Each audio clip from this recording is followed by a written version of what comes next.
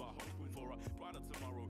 Green grass syndrome, it's drought time so the lawns dry as a bone. Project a fantasy swept in another direction. Come to quench the thirst for a deeper connection. Eyes meet for a fleeting, we hold our breath and exhale with the current eddy on to the next. Steps remove dust, tread closer to something. The sky hangs low and I'm hoping it opens, cause I need it now more than ever to bring rain, to wash away the stain, bring a state of change. What's the cure for that? Nothing. Still trying to find a way to keep buzzing. What's the cure for that? Nothing. Hold on until the world starts rocking. I can see something, maybe it's a source of light. Can't fathom the edges of if it's wrong or right. Like I'm drowning, trying to find down a rope, and my body aches, wishing for the world to stop. I'm getting dizzy and seasick. Nobody means what they speak. My life where I've sprung a leak, face down in the bath, scared of the death. Creatures of the deep looked at me and they wept. Dark eyes with the soul to tears for all my fears. Be grateful for the little precious time you have here. Let go, float, reclaim my life from misstep to shipwreck all in one night. What's the cure for that? Nothing. Still trying to find a way to keep buzzing. What's the cure for that? Nothing. Past like path, like domino mosaic. The beat keeps calling me back, there's no escape. So what's the cure for that? Nothing. There's too many toys for me to ever stop crushing. Be equipped, crippled kryptonite. Cause this ass flag bearers made an Illuminati. People could try to trick you, they lie to themselves, then betray a false. Good morning.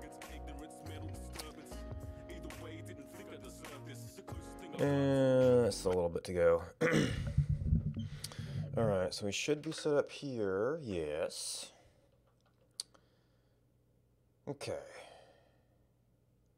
So I rebuilt this with this split out for the cross compile, and with the i686, which will hopefully save us a little bit of installation.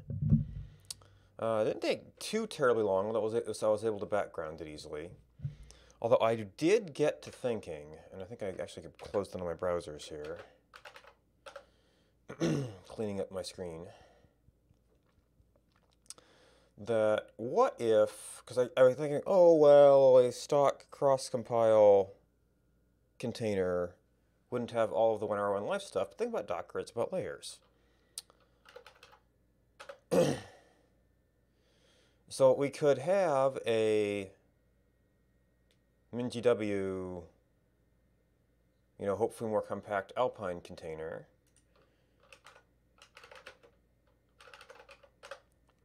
And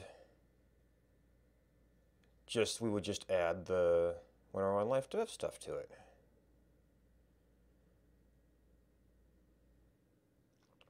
Alpine.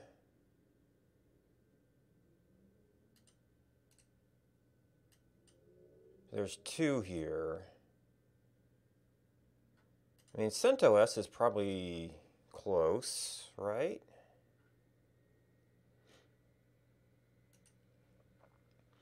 .64. But the entire thing. C++ toolchains.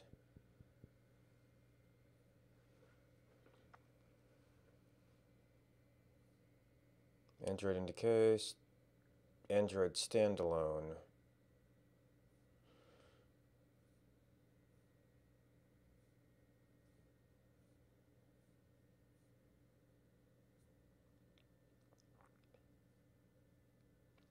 So I know it was the base one I was looking at was, well, actually here's the Docker file. Do they install the one package we want? Oh, well, he has his own base image. Oh, so does that mean, what is that actually based on then? Well, it says on Alpine. Does this say on Alpine? This doesn't.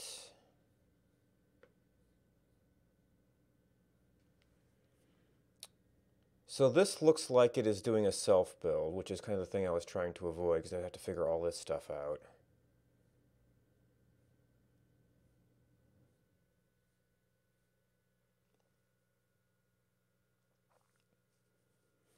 So that might be the entire thing,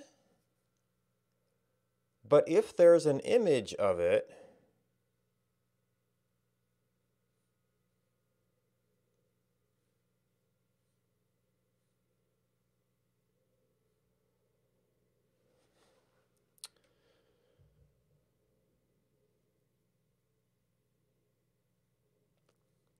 But then again, that's... I'm not sure that is the same as the i686.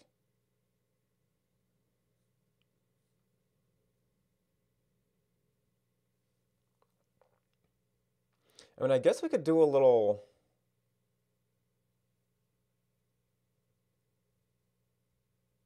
test container and see if it's got what we need.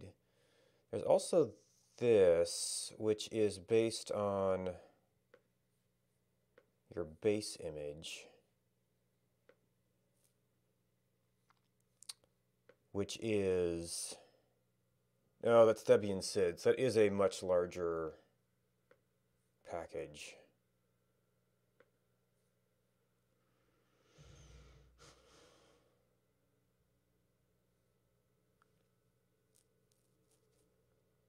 Cross-compile 2 windows from CentOS. What version? Whatever is necessary for MinGW. This doesn't actually list the Docker file, interestingly. Is that here?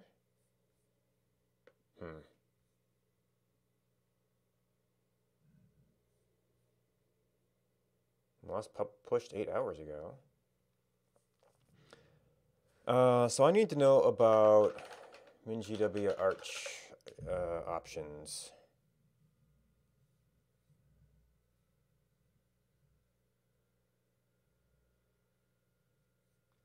Okay, this is not getting what we wanted.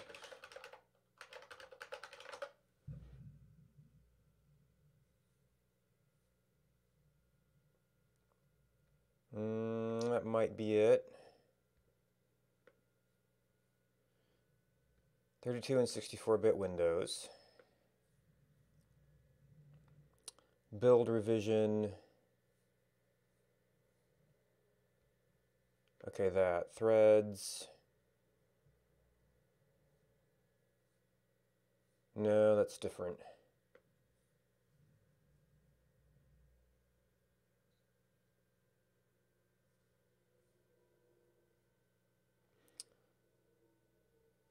Okay, well, I mean, then there's the whole confusion about 32-bit compilers between modes.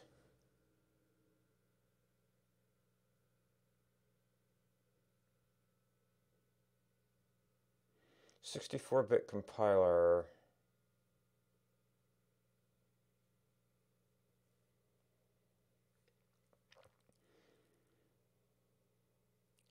Because 64-bit Windows.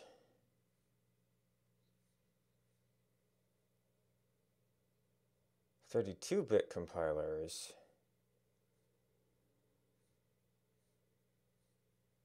Yeah, also not clear about what it is actually using as a build target.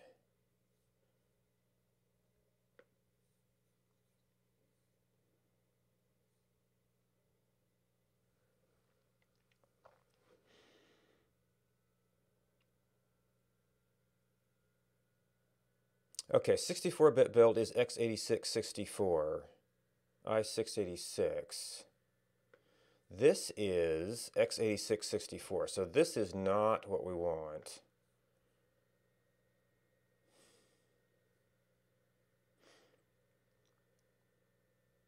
Qt5.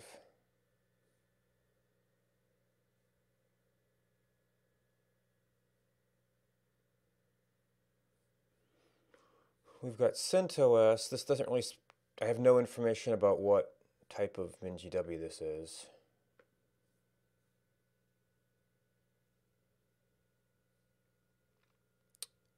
No, this was... Wait.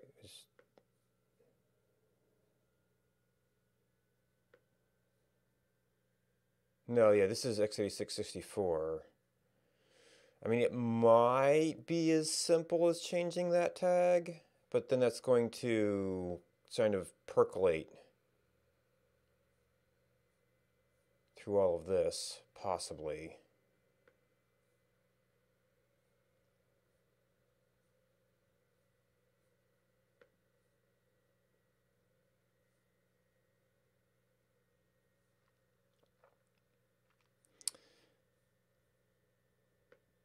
Yeah. I mean, I guess I could look at just MinGW, see if any of them happen to be based on that. Or we could see if CentOS works.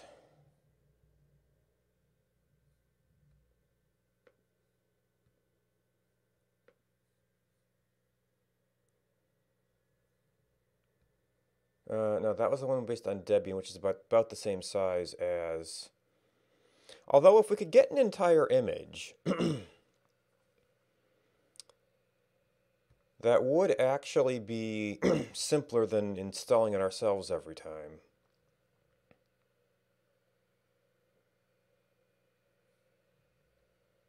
I guess you could call that a 32-bit.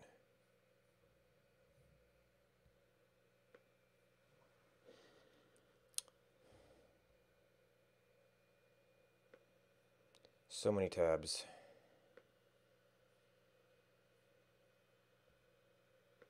Circle CI. We don't know which one that is.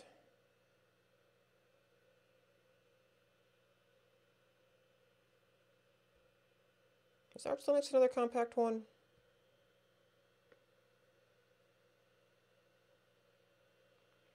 Okay, we've actually got like 3 pages of stuff here. This has no description. This is Ubuntu, so once again, maybe it would save us rebuilding stuff.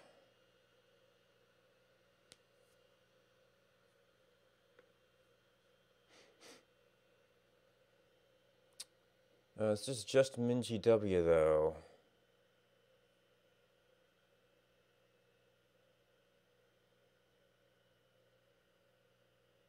Oh, and we need the MinGW C. This is apt. We know that in apt we need the G++ MinGW. Well, unless there's multiple packages.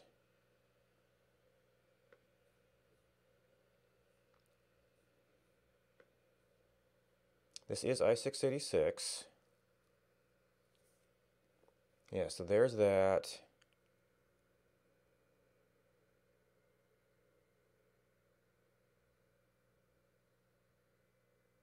He does some extra stuff in here, huh?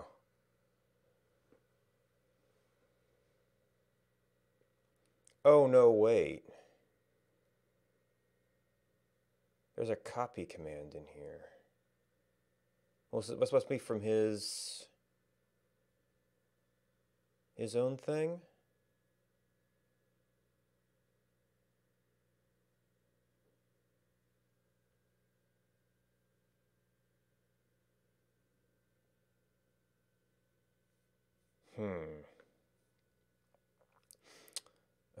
This is not well enough described. I don't know how big Fedora is.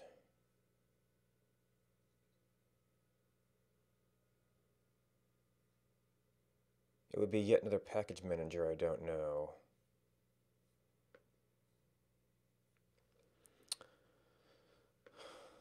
Do we have like image size? Actually, from the one I just did, this is not reporting sizes like my local console did.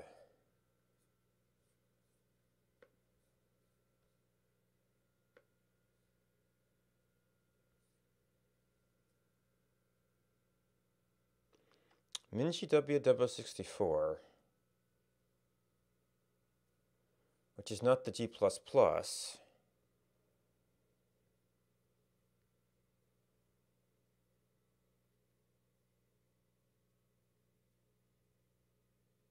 And it looks like there's a lot of other infrastructure here.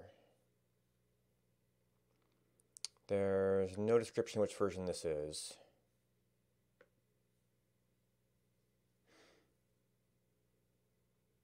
We'd need to know what Little Docker Circle CI is.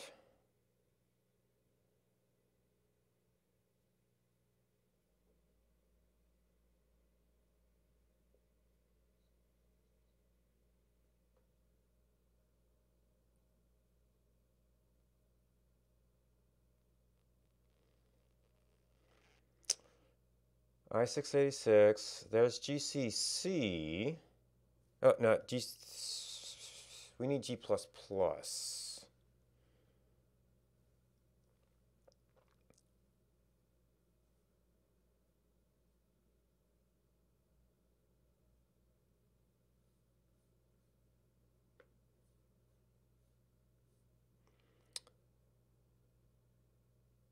Also, probably no real documentation. Arch Linux. I don't know what Doctrina is. And now we've got Pacman, yet another package manager.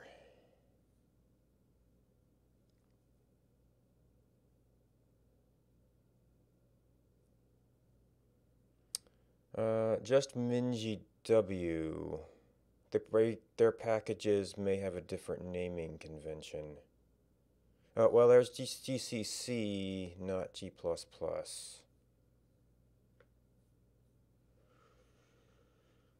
There's this one, which is the 64 target. And we technically had some more options here, but it's not looking like we got a lot of good ones here.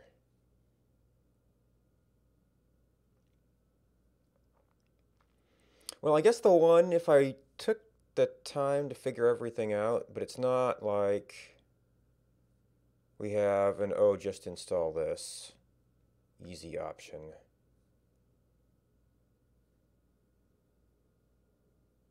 The Fedora. Oh, we have more pages. Well, there was an SDL too.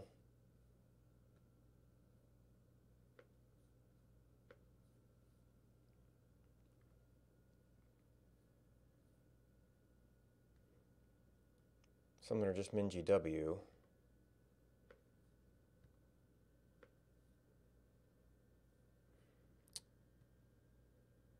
I probably ran across that one already.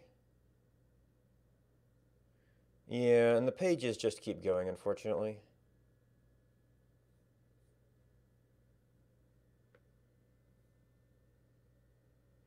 Which version of... Oh, this is based on Arch again, so I don't know their package naming.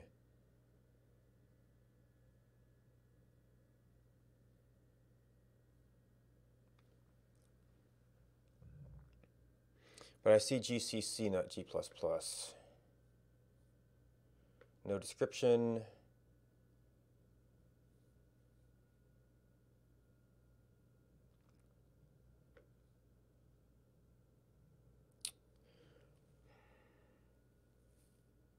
Oh, Microsoft Windows Core. Okay. That's... I mean, you know, I have no idea how big that is. What are we installing here? This is, yeah.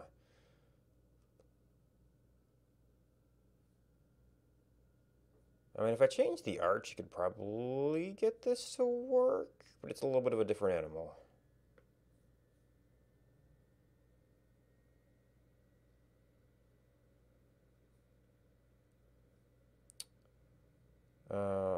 Base was... Well, this was Debian.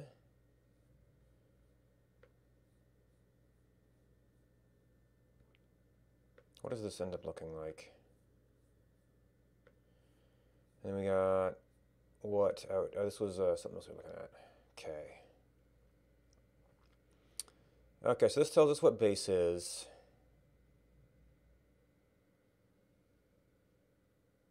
Maybe. Base is Debian SID.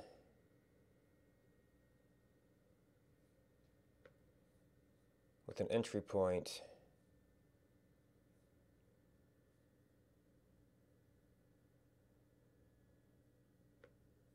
Some fancy stuff.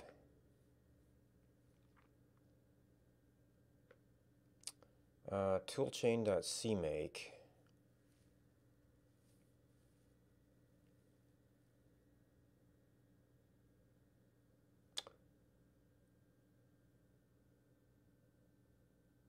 Okay, it sets CMake stuff. That's it's only a CMake emulator. And then this was based on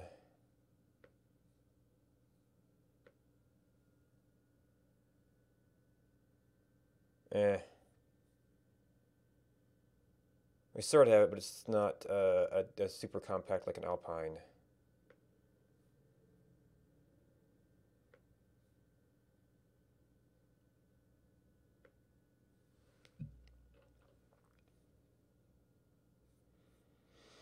All right, so we can work with this. So this, we believe, works for sort of manual compiles.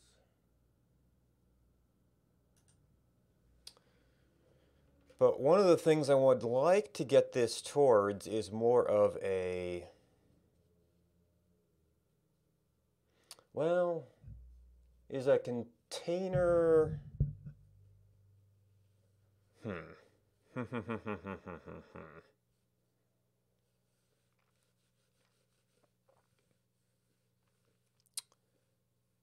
So this works for the server because you end up with a container that has the server in it. And then you run the container.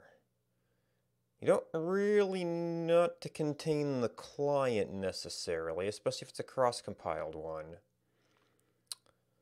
So how could I set this up for a... This is more of a straight up, what can you do with Docker question.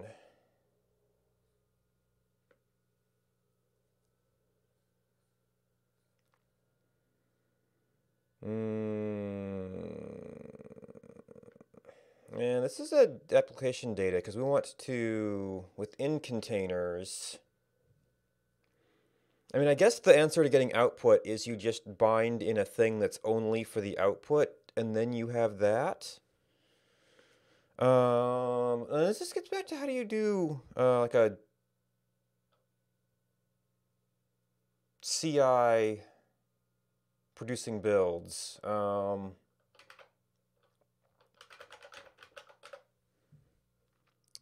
of question.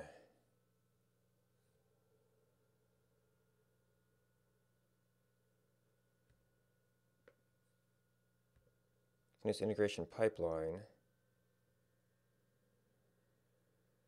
And there are probably services which I don't know if I want to look into or not. Code ships like they do it, but how do they set things up? So you have build artifacts. Your choice of CI tools.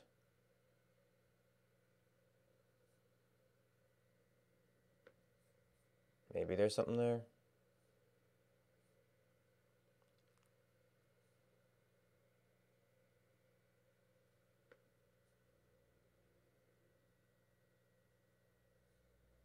Yeah. Get your free copy by filling in all your information.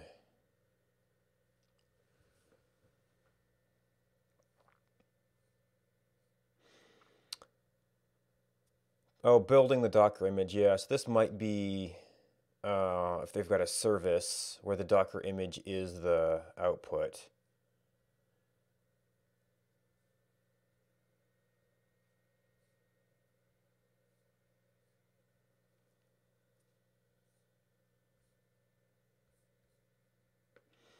Well, let's read the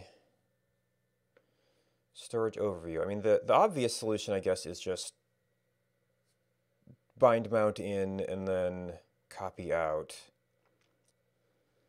And then just have your own output file there. And then as long as you can disposition that in the, well, or have the Docker container upload it somewhere.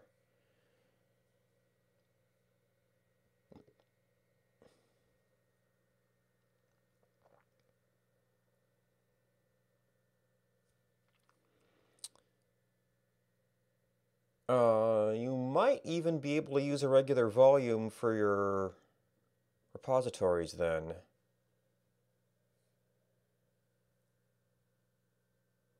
Or compile into tempfs.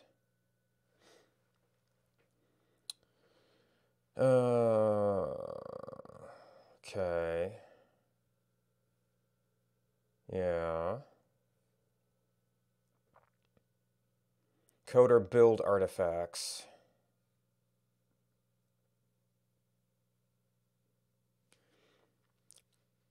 Production dot, copy the production ready artifacts directly into the image.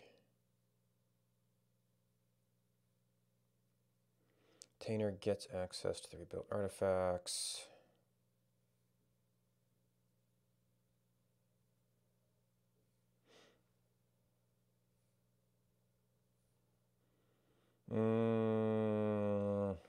Store data within containers. It seems something different.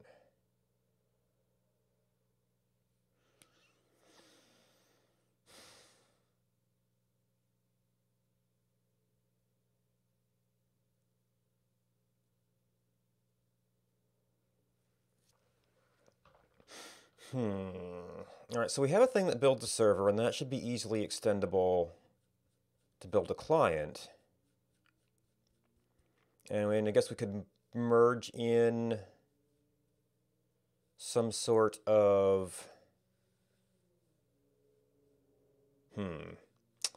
So that one I did by sending the repository in the context, so I didn't have to have it cloning every time. Yeah, I guess I do need to know something about my target environment. This is... Was this a download?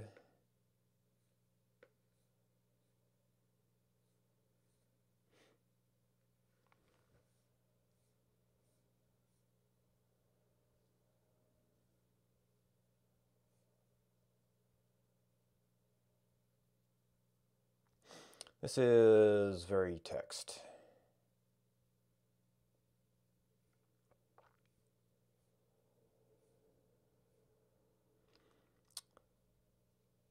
And this, I'm sure, is focused on shipping containers.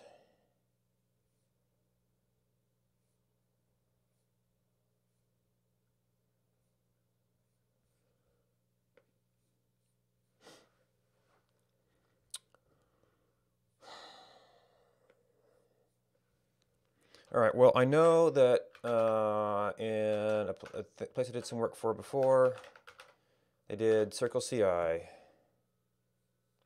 And they had a setup based on Docker containers. But I want to know, apparently there are free plans, as long as we're here. First container is free. More are...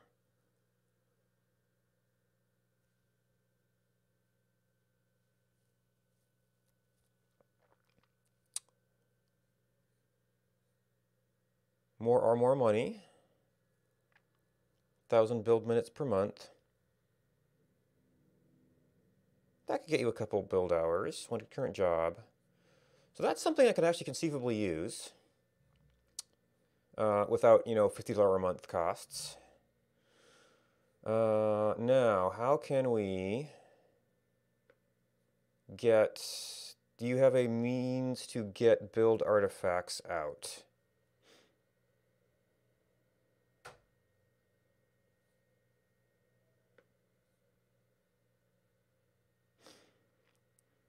Python project, so that's a server. An iOS project would have to get build artifacts out, right?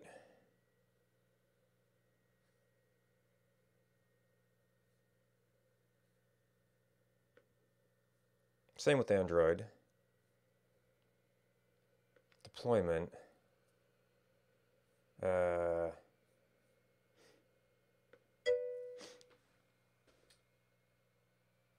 Oh, nice. So I could even run it myself.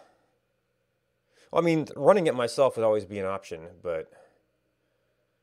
well, I'd still have to pay for a server then. Although you could probably do an AWS or something where it wouldn't amount to much. Oh, is this going to be deploying containers?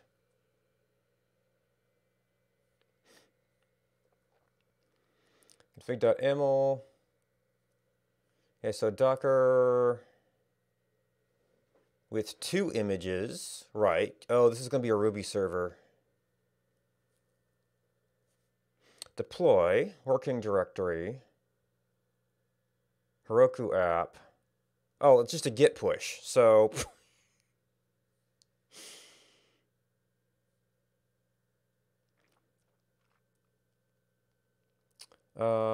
yes, that wasn't an Android deploy. Language kite. What the? What?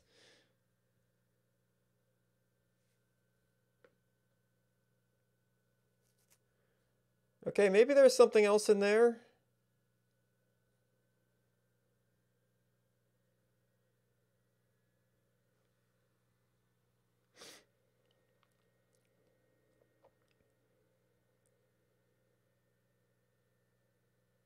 NPM is probably a push too, right?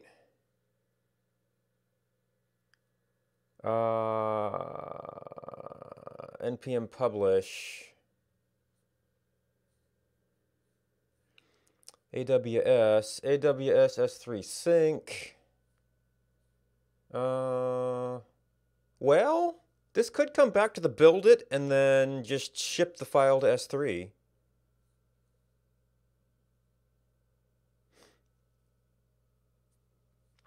We'd have to figure out how we do authentication for that.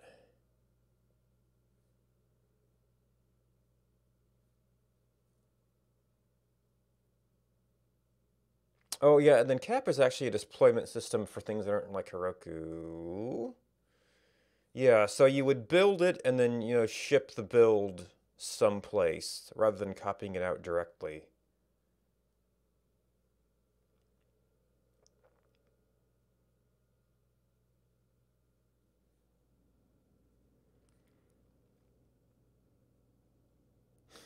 Non-production routes.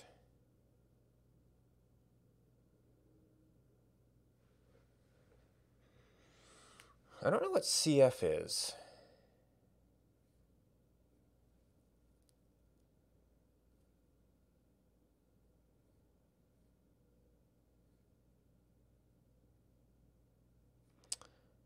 Manual approval.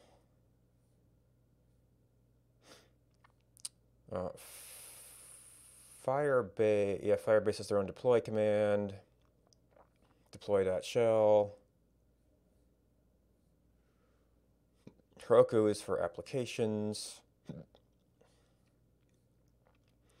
NPM, remote deploy command. Okay, so what we would do is set this up to build in the container. And I seem to recall from before that CircleCI at least has a way to say cache some stuff from previous steps.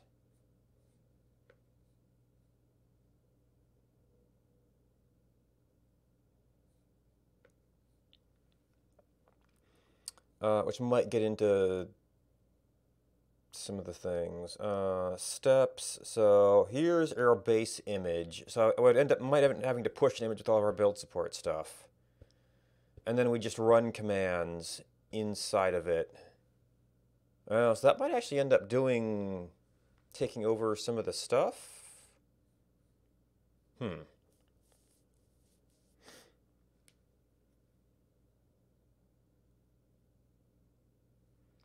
Okay, yeah, so you've got a cache. Well, that might be more for build artifacts than... I guess you could get the repository that way. Where's the update npm install package?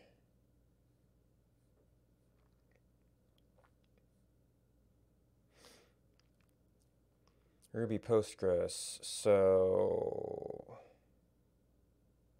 yeah, gem file lock bundle install. I guess this is hooked up to a repository of some sort already?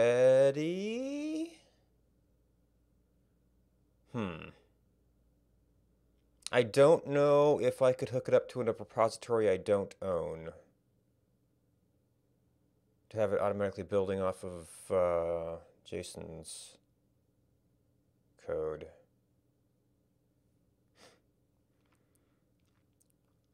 In which case I would have to have some little script somewhere that was periodically that, can I define hooks for somebody else's repo?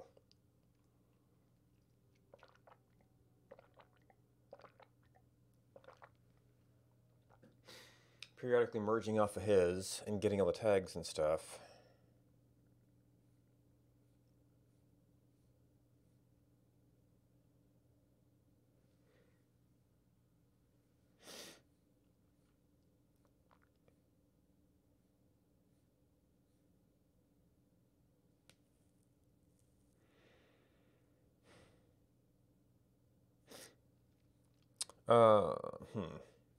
In order to use a base image, we'd also have to get into publishing Docker images. So, well, actually, given the ability to run commands in it,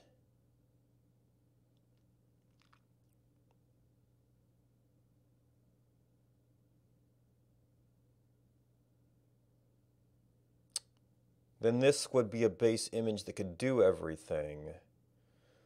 How does this integrate with checkout?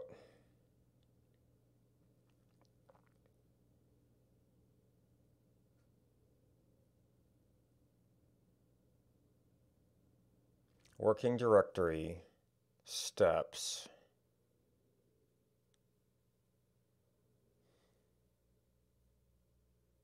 That might be making assumptions. Although I could just replace that with a run command to check out the edge.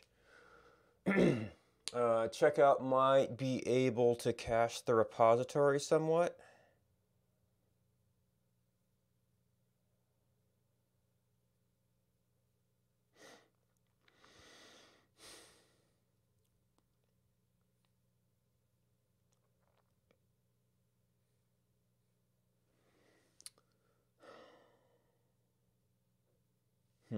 Yeah, because we need 3, peer repos. Well, 2 peer repos on the one.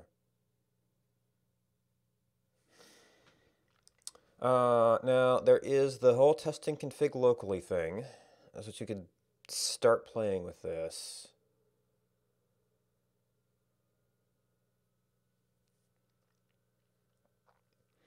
Oh, right. That actually builds on the Circle CI.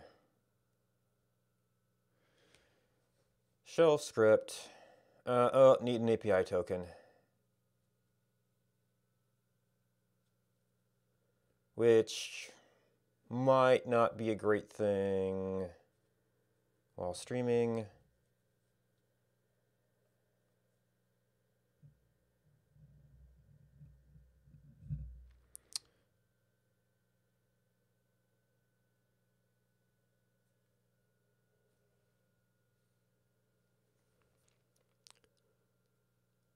Wait, why? Why do I even need to make a call to test locally? And why can't I scroll this?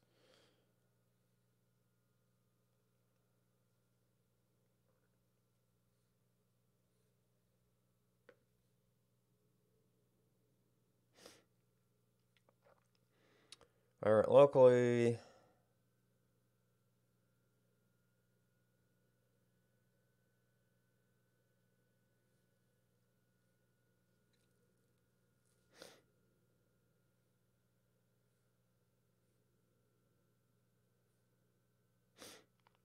Setup.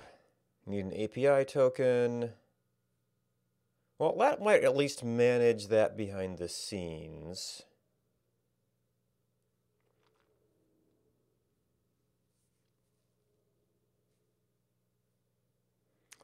Although since this is cloud, I might have to get into publishing the container, which we don't yet know if it's a good container. Container configurations.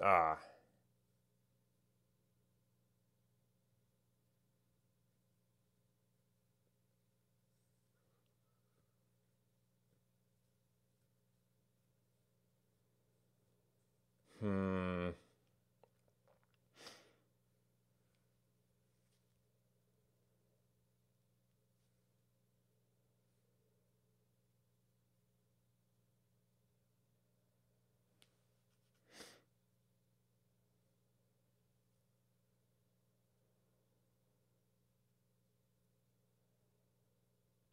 So I couldn't run this on my Windows build right now. Caching is not currently supported in local jobs, so I wouldn't be able to do that.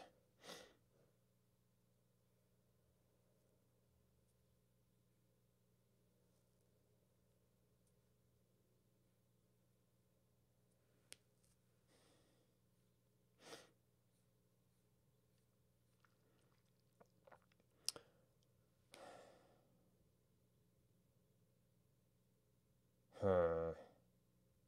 Well, there are lots of places we could run a container. I wasn't sure how different environments would handle volumes and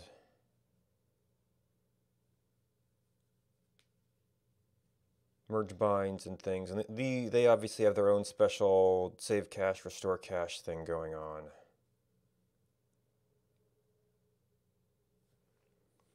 What's an orb? Configuration elements.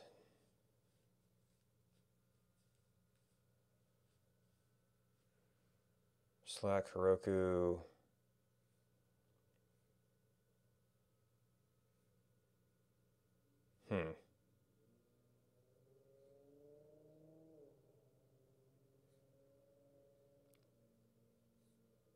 Orb's introduction.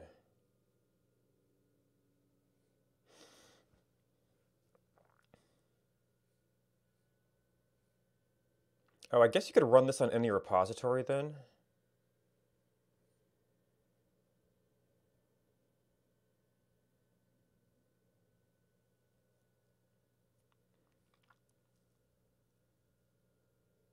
Mutable,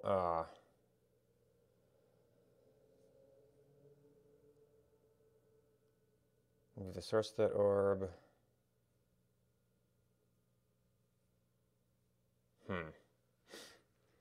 Yes, that's probably stock config files could run on a repository. All right. How? So I could make a container that built it, much like the server one, although that, in that environment, ended up cloning the entire repository, which that's why I'm curious about the caching methods various places have.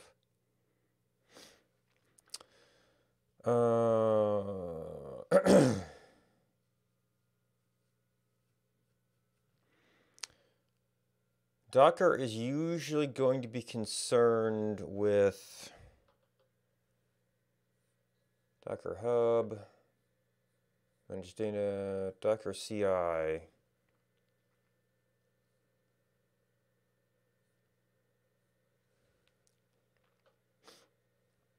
Is that going to be any different? Probably not that different. Travis CI. Shippable.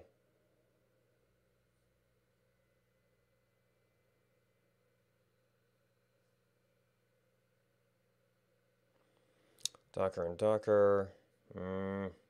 This is one of those cases where there's so many options it's hard to get a hang on. All right. So this is an option. There is the free tier. There is the run it yourself tier.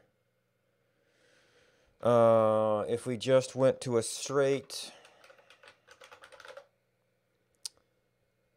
like run it on AWS, and maybe could figure out how to hook up GitHook somehow. Do it. Although that, I don't know how you would manage.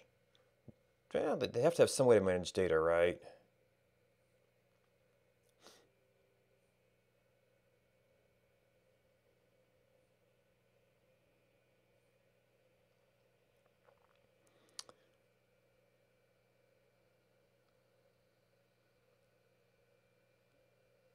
Run Docker containers. Kubernetes.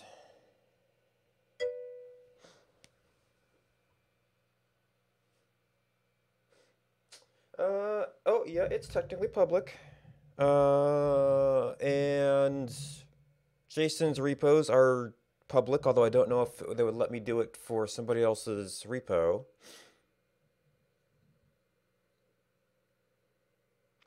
Store images.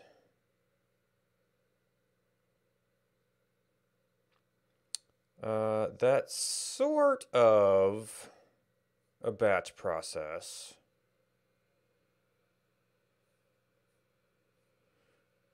That's Kubernetes. I don't know what the difference between that is and just regular ECS. Container repository.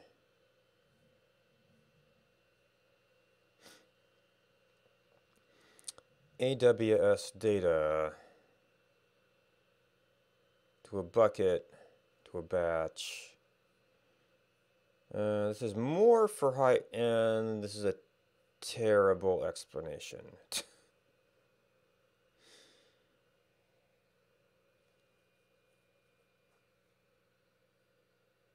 And this is aimed more at big computing. Servers are clusters.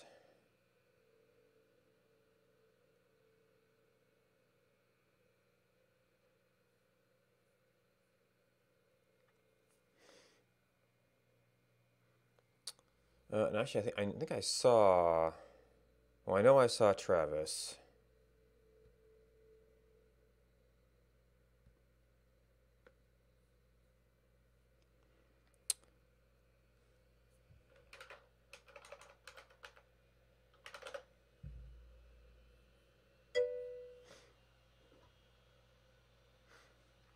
Oh, yeah. Well, the problem with the fork is that I have to manually push the updates.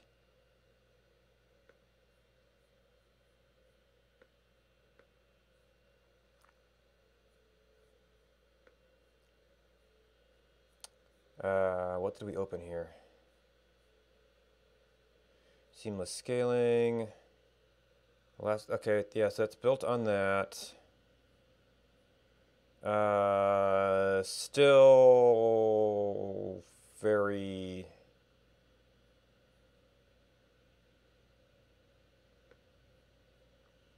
common container, batch processing. Okay, that sounds like regular ECS.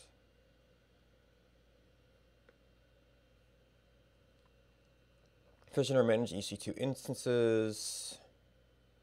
Okay, that might make sense. It's where's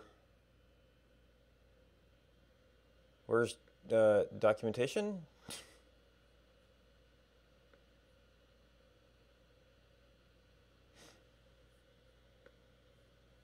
And that's just general ECS. Did I not? Okay. Services Docker.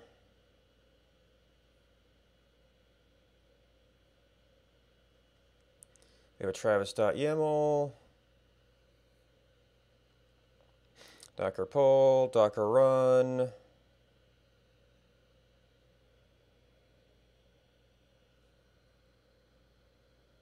Sinatra. CD bundle exec from its start. Process list.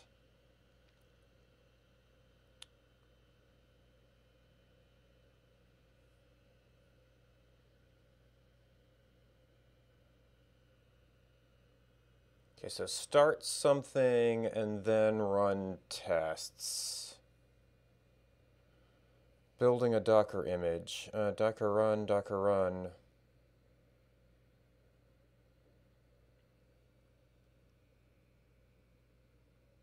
Oh, there's the Docker build. Okay.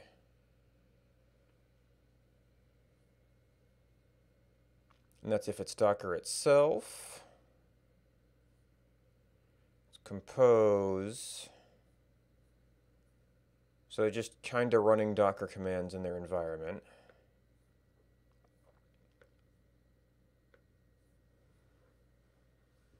Oh, and apparently Fargate wants me to log in.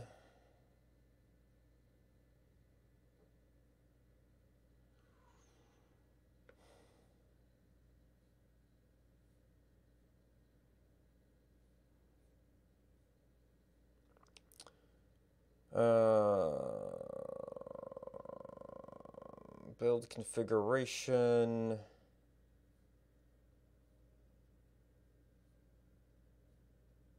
Stacks.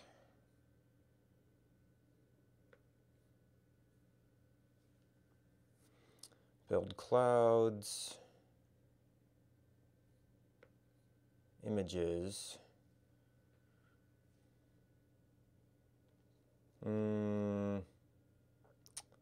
Sounds like they have their set images.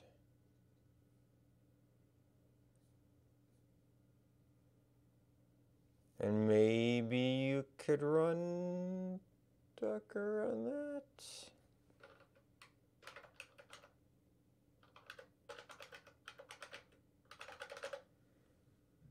Or you could do something else, but doing a C compile on there would be Windows Docker.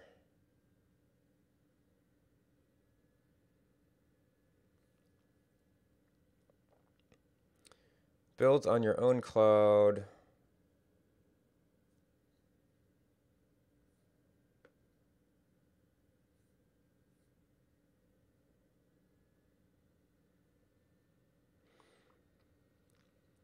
YAML file.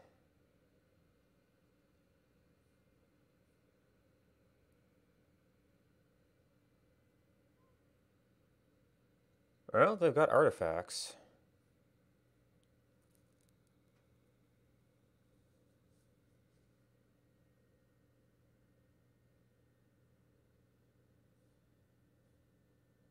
Image Visual Studio. Yeah.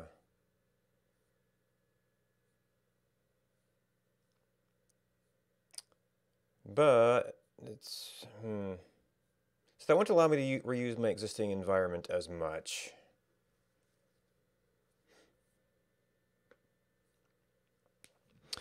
Travis is run some Docker commands. It's probably, I mean, really about what you would be getting on AWS. So that would have to be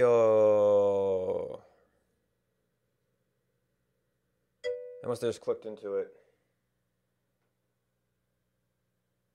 Yeah. So I'd have to log into that, which I've done before.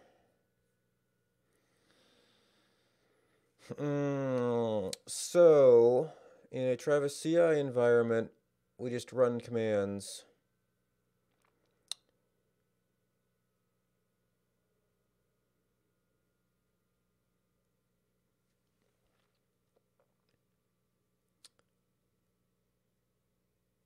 Which would, I mean, I guess you could do a compile and copy out the result.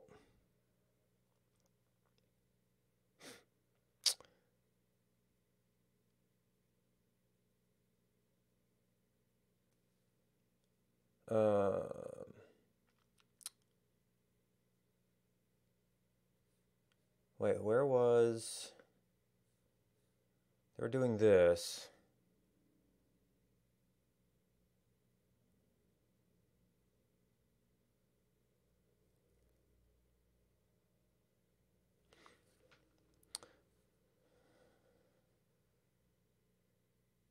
I guess they're assuming that this thing has all of the code.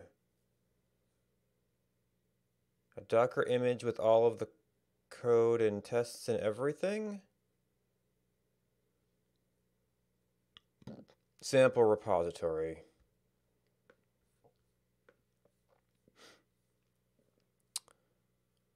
It has a Docker file. It has a test. It has an app.rb.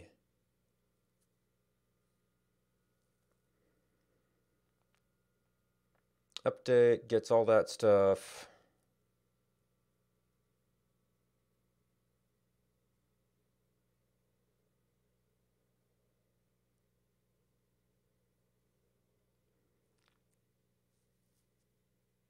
Oh, it's a Docker file that clones itself into its own repository into the container. That's one way to do it.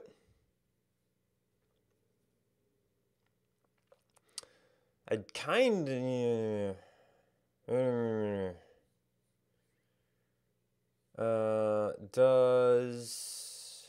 Do you have a caching method speeding up the build?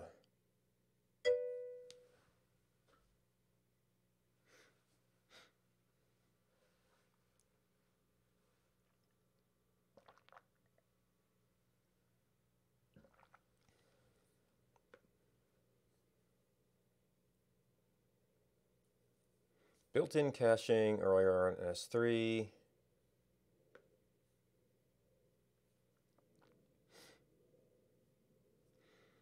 Fetches the cache for every build.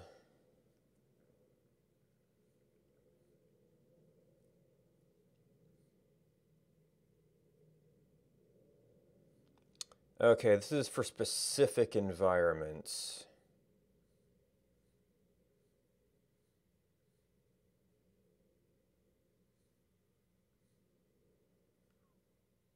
Really? They do R builds, huh? That could be interesting. For automating my little stats thing. Debian packages, compiled binaries, Docker images.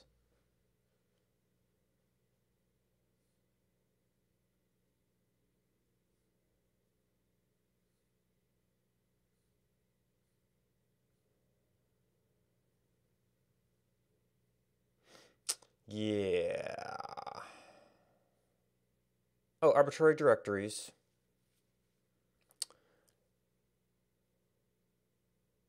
But the source directories are going to end up with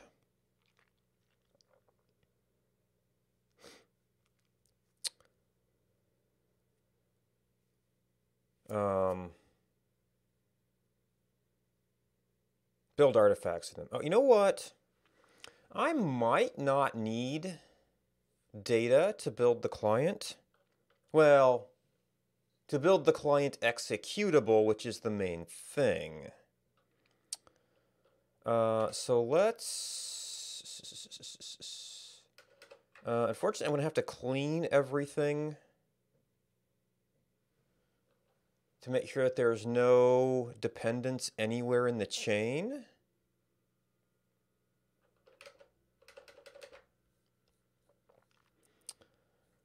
So we currently have this as our source directory. So if oh,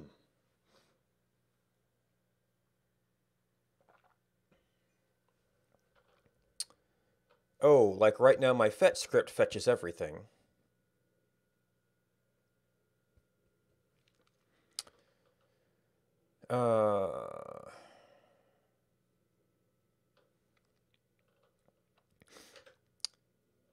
So if we were to do that,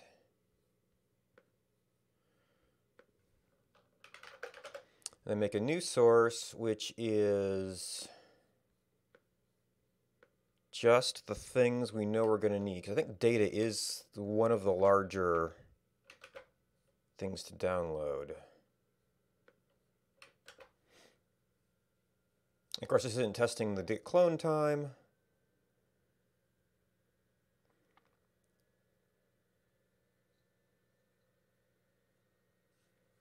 But that wasn't too bad.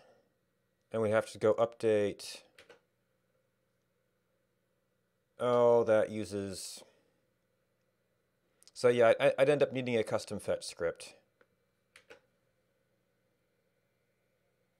that would skip the data checkout. Oh, but that means we kind of have to do this now to even test it. I don't even know if we actually need this in here.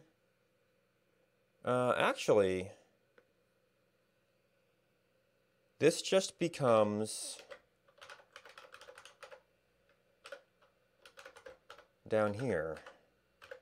Because we don't actually need to run it in the container. Well, no, we might need to run it in the container once we get things going.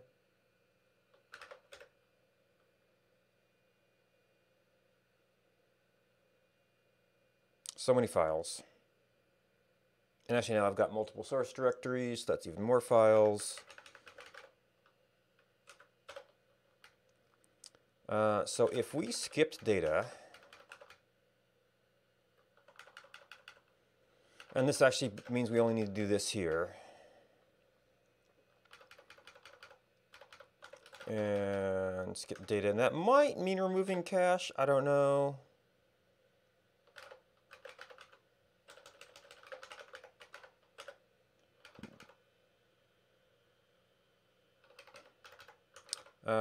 Source, no, actually this now becomes cross context.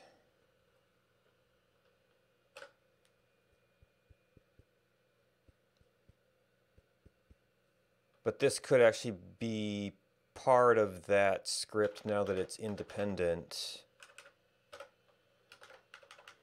So that is, do that. Now it is a local reference.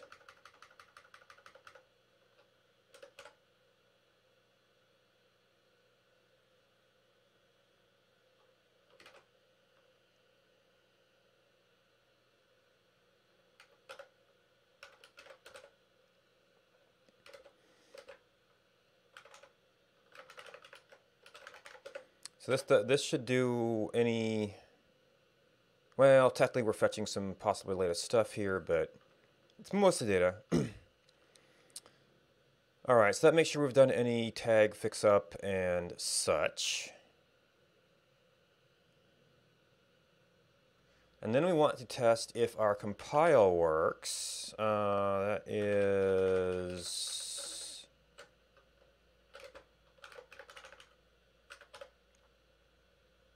from scratch. Oh, and we're just doing a bin bash right now, so we actually have to work on that.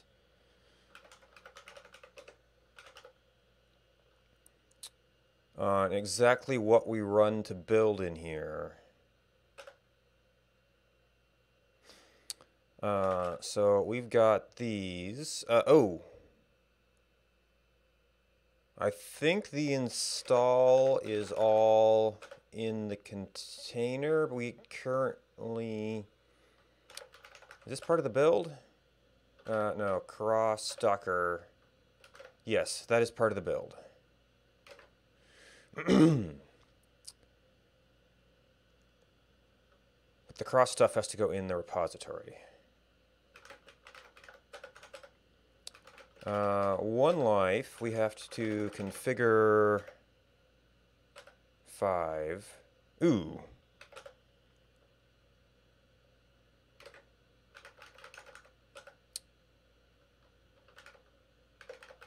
Wait. Cross fetch didn't do that. Cross context. Fetch latest tag.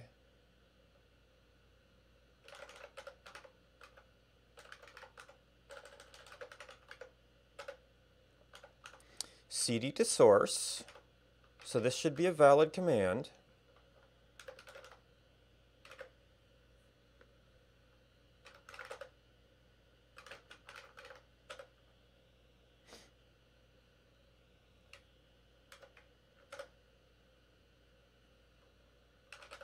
Oh, CD source. So now it's down here.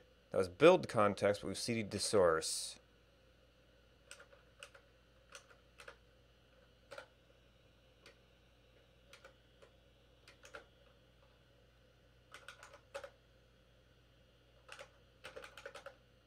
Oh no, source. Oh,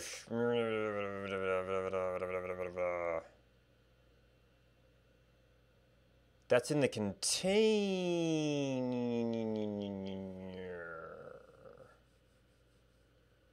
Well, if I do this, it all depends on how we can set up caching. Because the way I did it in the server build is I have it there, and then we just attempt to do a fetch, and if there's already files there, great, because we've mapped it in via the command. If there's not, we just fetch it as a brand new copy, but that would mean moving source into the build tree, which means it would have to go up there and into the container every time.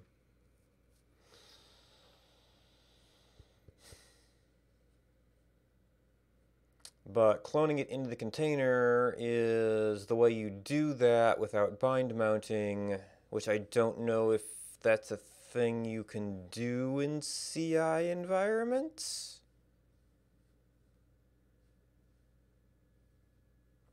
But that would mean doing a full repository download every time.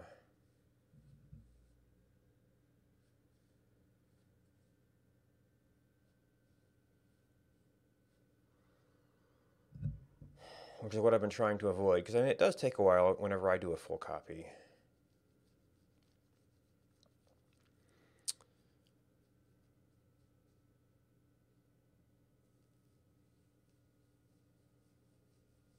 So we are in source when we're doing all this. Well, the answer is we just don't do this here, in fact. So we just have to keep doing this here for the time being.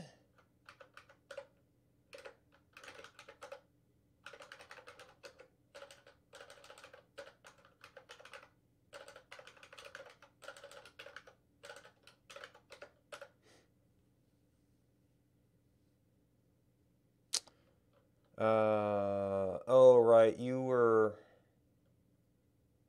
It's cross context. What the...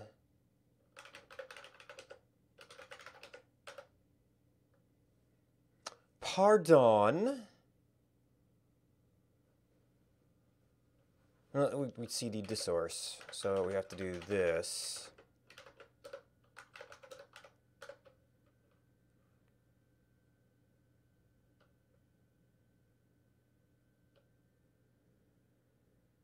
Maybe my cross context needs a little script to do that.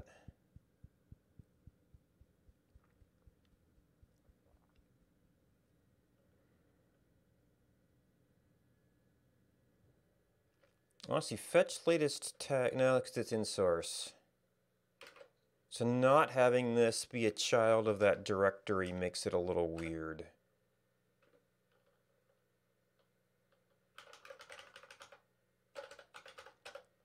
But that means that we are sending the repository over there every time.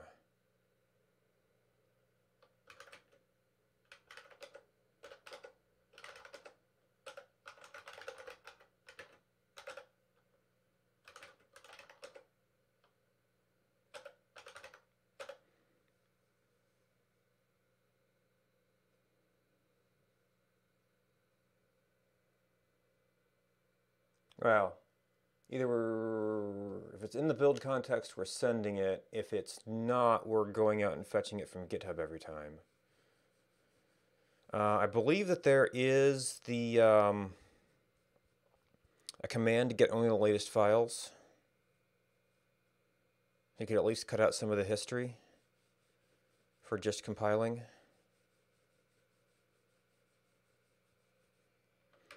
While it builds. That command line focus. Git fetch only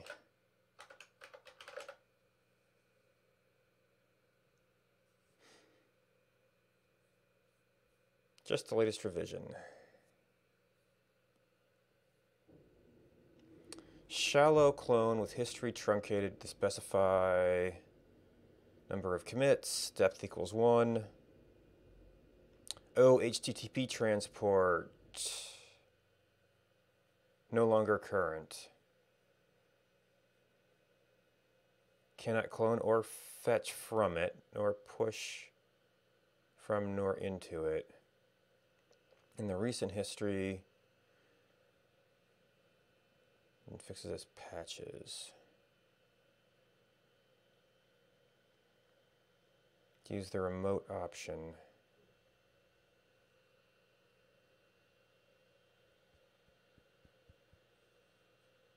Oh, Git archive.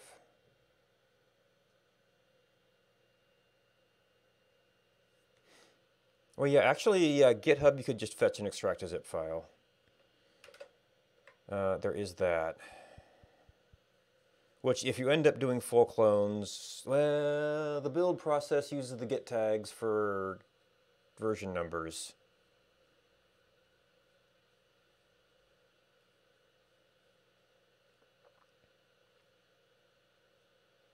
Which, if you fetch depth 1, do you even get tags?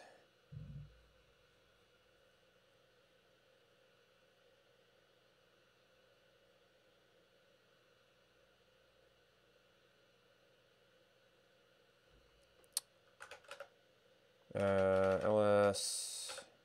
Okay, we built something, and we don't need to clone data as long as we're not doing full distribution builds. So that's a big chunk of data.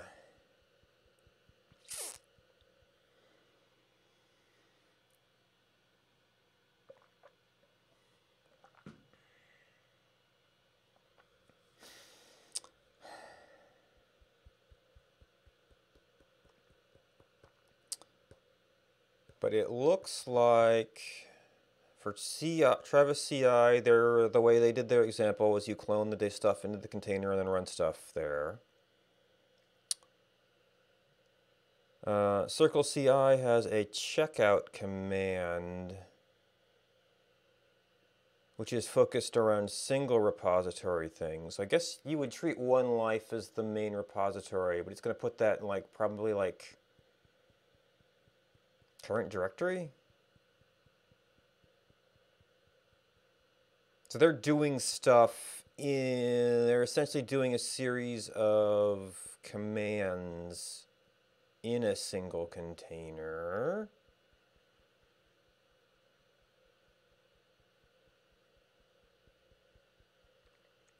So that would be the kind of fetch, build, copy artifact out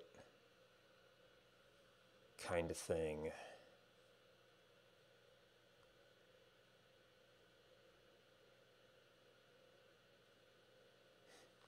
So I could leave this as a compiler container, assuming that they allow custom containers. And then we have questions about how do we trigger builds and stuff.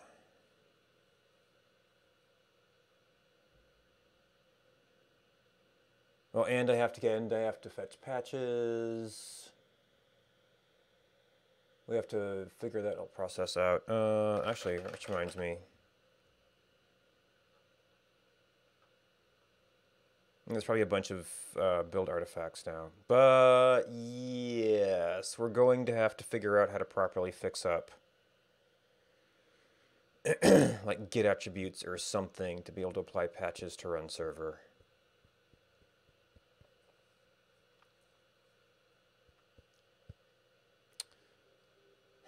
Or I try to run my patches back to some sort of build on my own repository and then just build directly off of that. But that's almost you want to do an automated build process itself.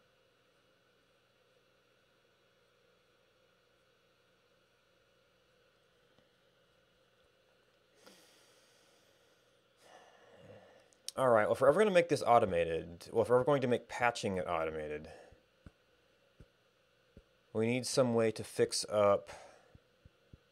And I don't know, I guess Jason has something set up on his global Git for batch files.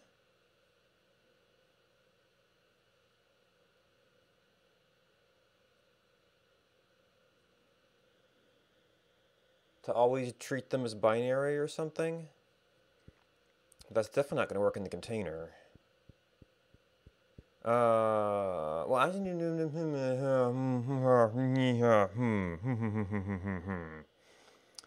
Where would be wherever home is?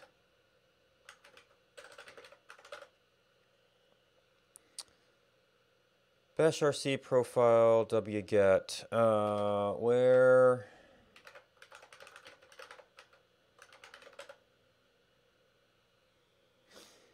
Of course, actually, if I'm doing my checkouts and oh yeah, I've been copying from my other repositories, but this probably wouldn't be a terrible thing for me either. But then it wouldn't be reproducible. Ugh.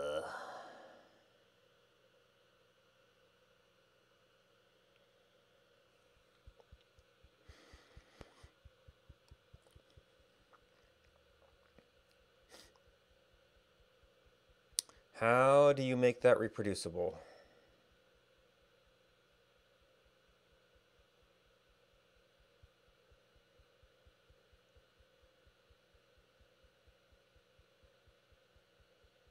Because it's a pain once it gets checked out. You kind of have to like delete it and recheck out.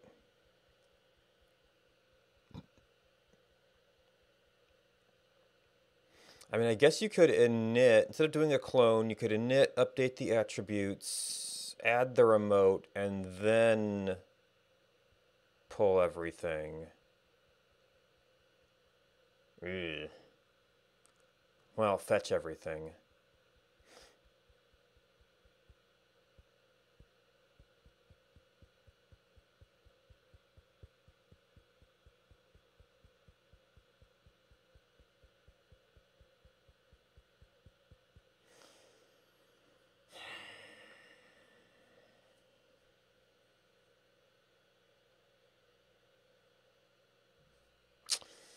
Ew, ew, ew, ew, ew, ew, ew.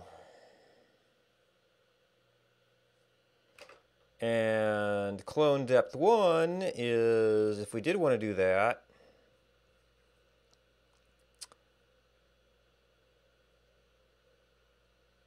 is a clone option, in which case we wouldn't have that as a method.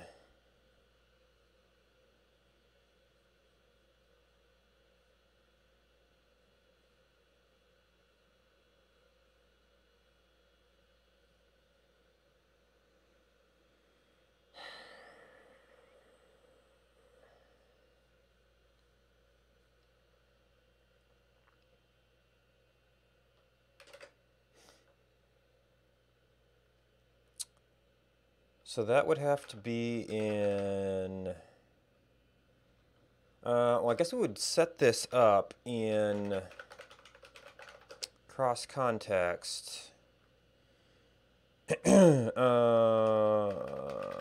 Attributes, we would say star.bat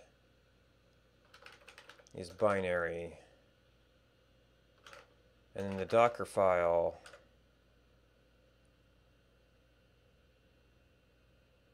no, we want to do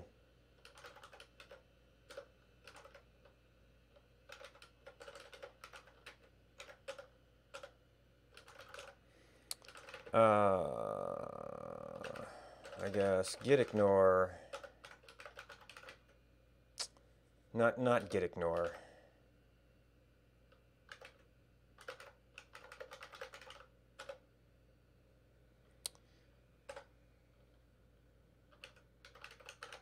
I think. And then this has to go to here. Copy the entire thing to there. Copy. Oh, you're right. This is build context.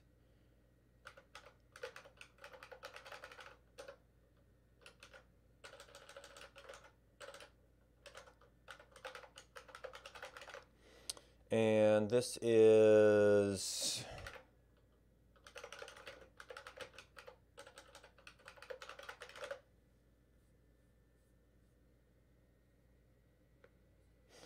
just assuming home.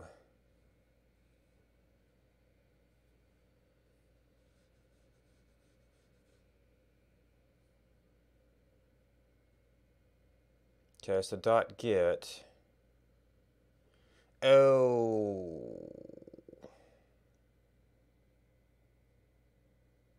Core.attributes file.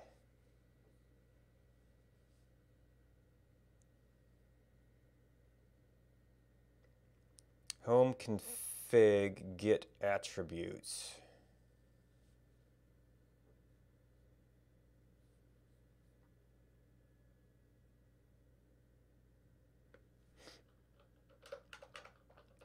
So we would have to run like make dir -p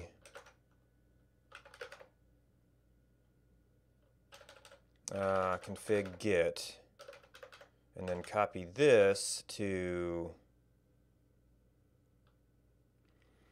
config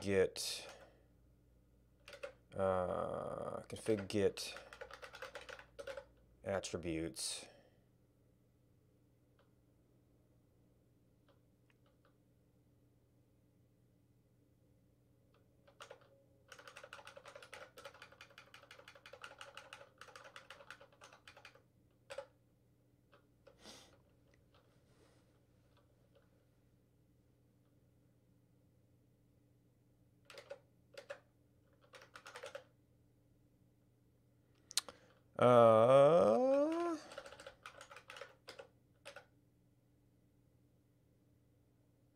Copy failed. No such file or directory.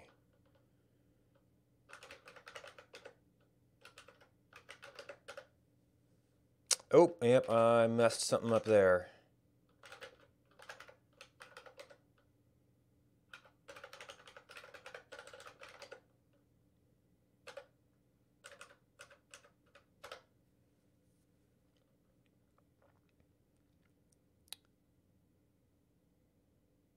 Oh, right, all the install stuff.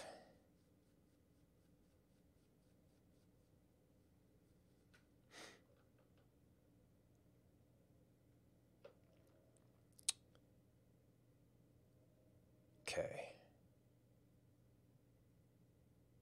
Now we will go into the container.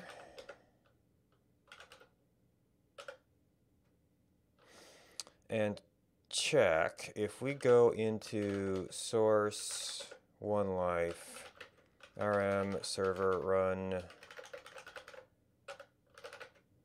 hit checkout. Oh.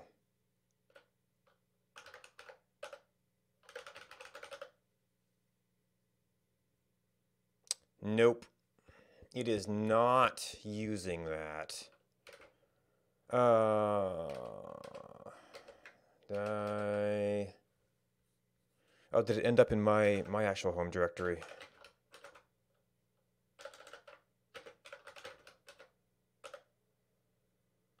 There's a config.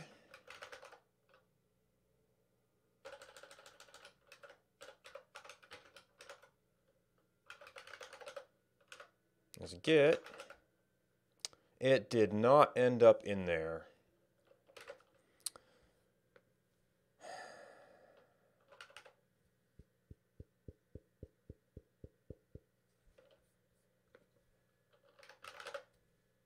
So the make dir command obviously worked.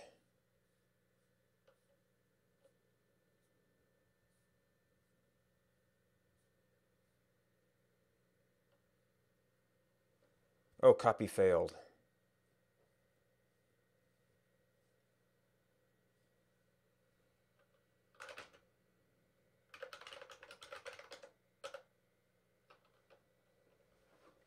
Did I typo something?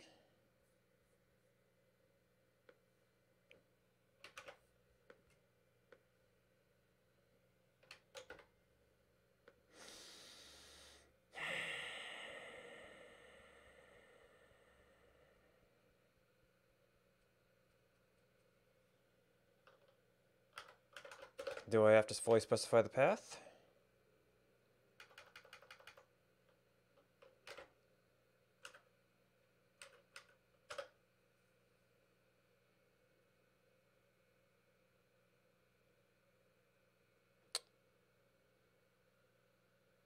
It said using cache on that.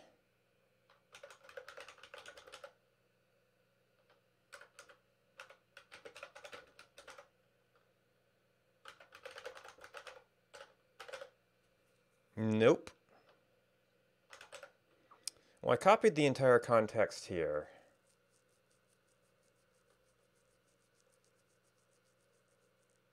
So I've got it. Does that mean...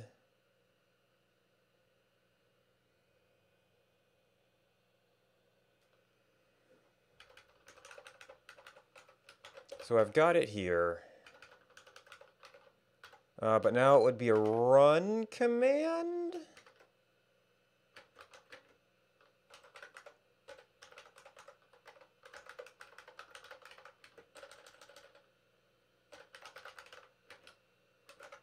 Oh, right. That's a copy command, so it's probably not the same user context. This was a run command.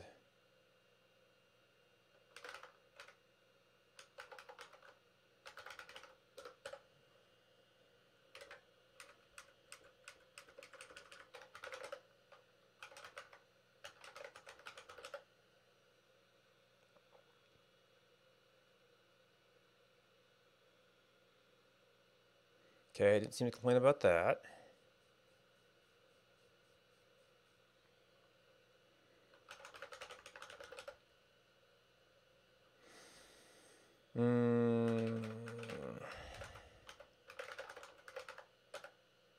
Okay, so now we go to source, one life, rm server run server.bat.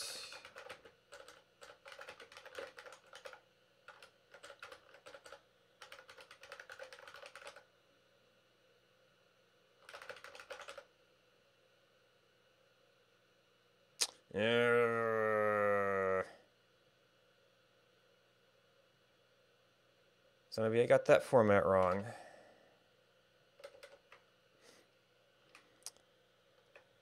So we need...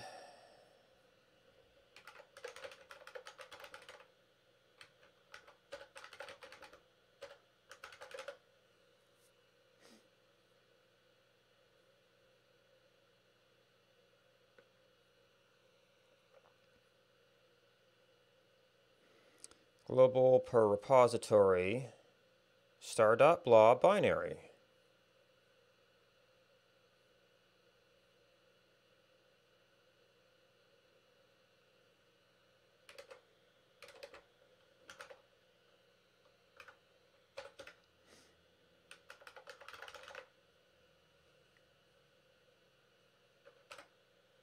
Star.bat binary.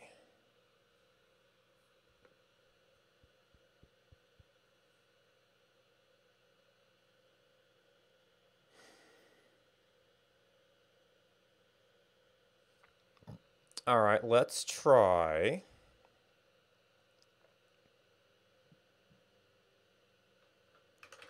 doing it locally.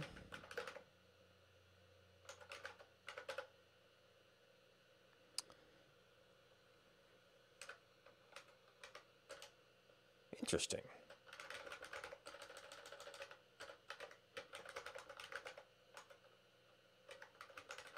What's in you? Ah, just an example. Okay. Well, actually, we could probably, assuming I've got this all right.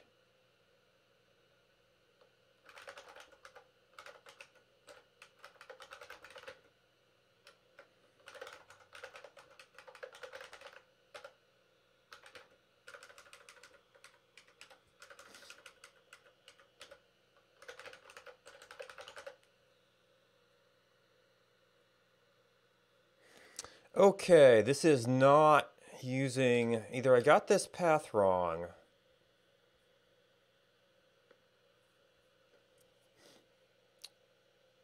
or the documentation's, okay, I've gotten rid of this one.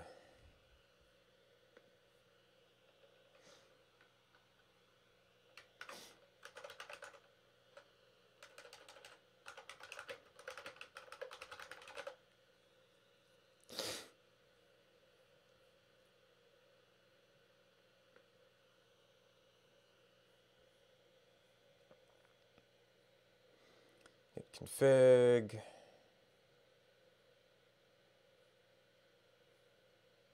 Keyword expansion.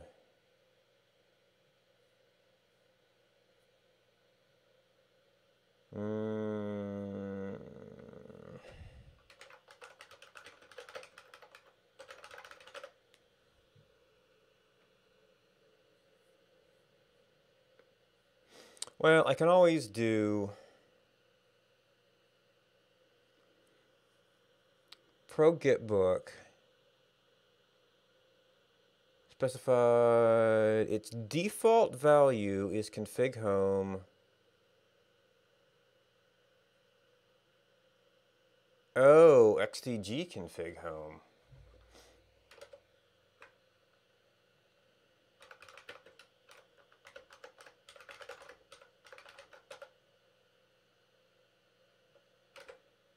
So nothing. And Alfredo Tigolo? That text is terrible, but welcome.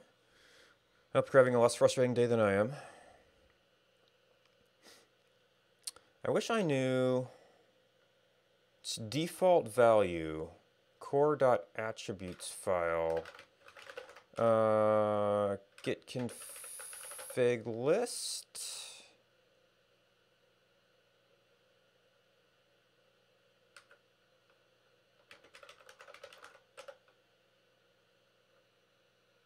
No such file or directory.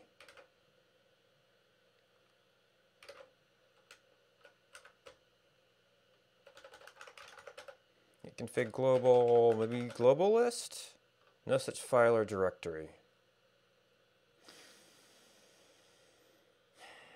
Okay, so I guess I'm going to have to do something to set the core attributes file. Because home config get attributes doesn't work. I don't know where xdg config home. It's blank, so that would make it /git attributes.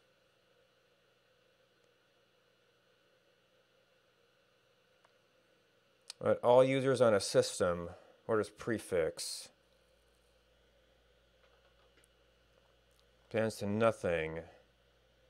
So etc get attributes.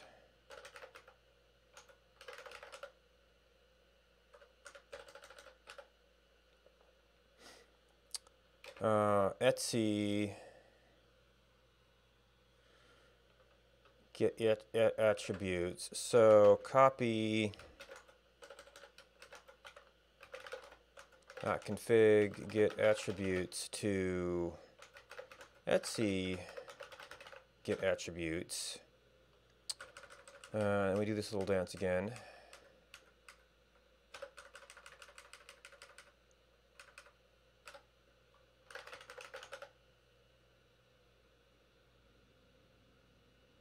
Oh no, wait, I had gone and done the local customization, so it proved it wasn't ignoring that one. rm.get info attributes.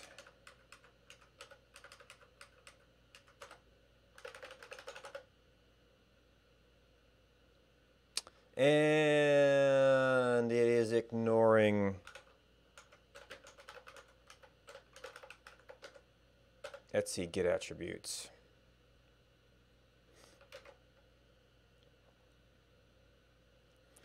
All right, so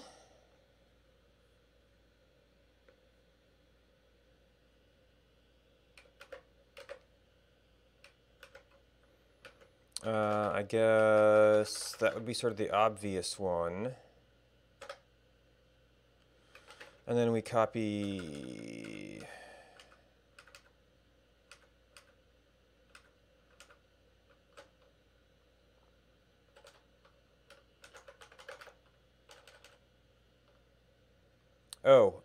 that is not the example, right? Config global. It's just to get attributes. We want to do home.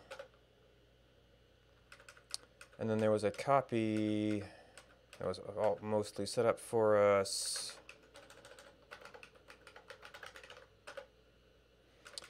And we do the RM dance. Not that one. Get checkout.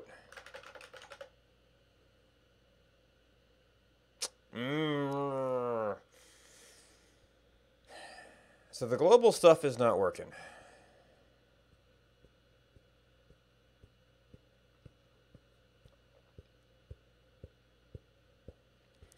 Perhaps because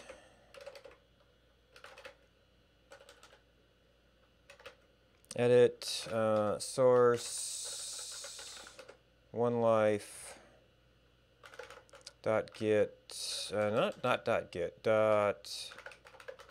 attributes. This is setting everything by default to text.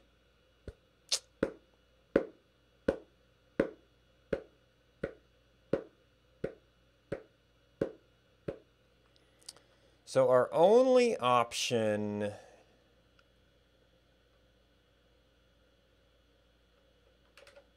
right now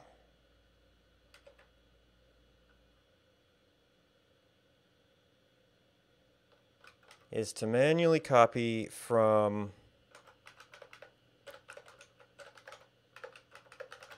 get attributes to .get info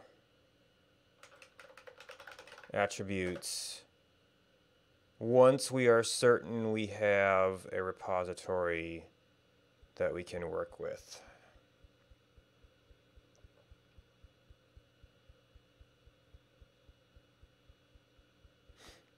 And then we have to do the RM server, checkout server, and then we will have a clean repository that we could do stgit stuff on.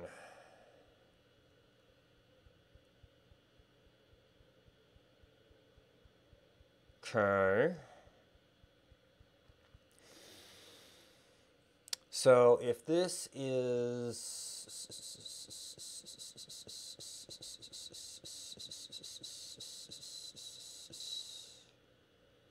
I wonder if I could actually have this as sort of a base cross-compiler image.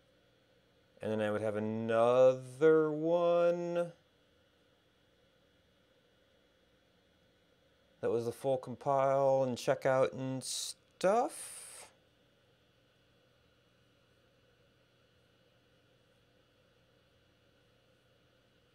Well, if I set this up to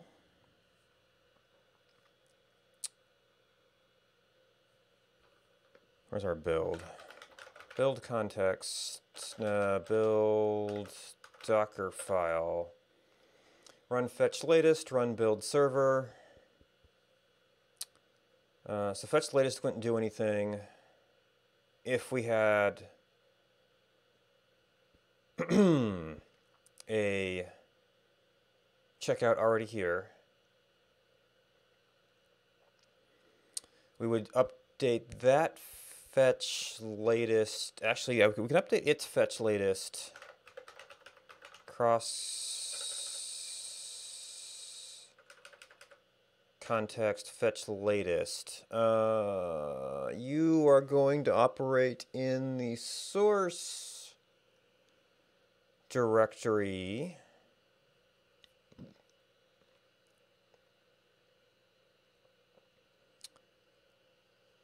Which does not necessarily have that get attributes there.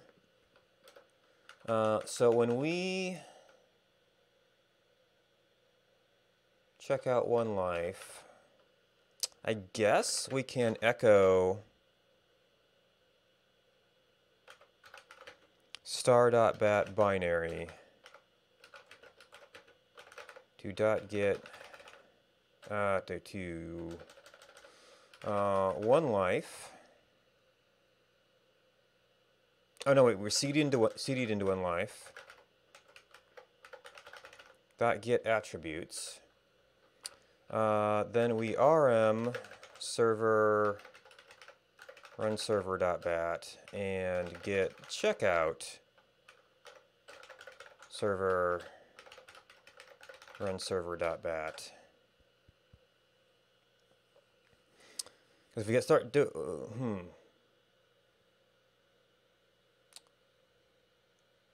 The other question is, should we just get off of stgit because it's so picky about perfect?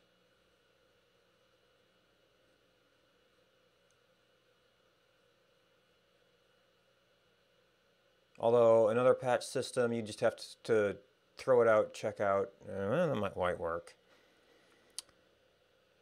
So this is a solution for now, probably. All right, so rm.get info. Forgot info. Info attributes. So that's not there.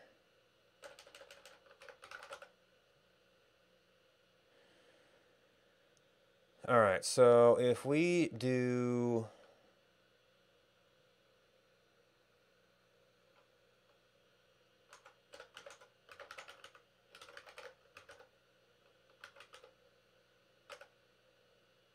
cross fetch, we'll update everything.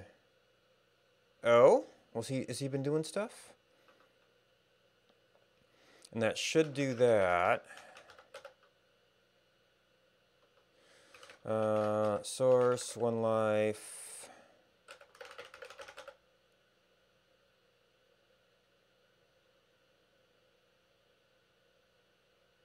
Okay, so that is clean.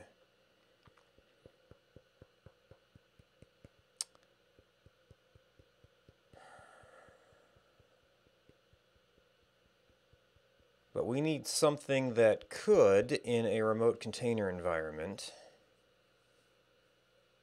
do a complete build, and I guess we'd have to do a direct upload, which I might have to do offline because of keys and stuff.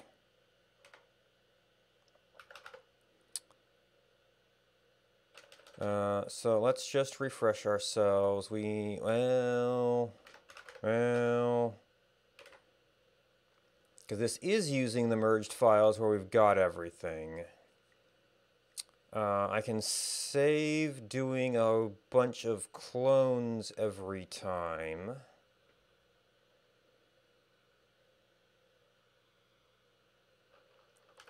So this is here, crossfetch is there, cd source, do cross context that.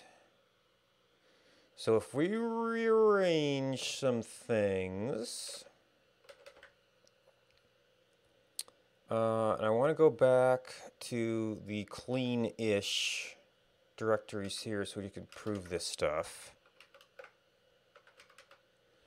So if we go to a system like this, we're going to have a lot of build context sent every time.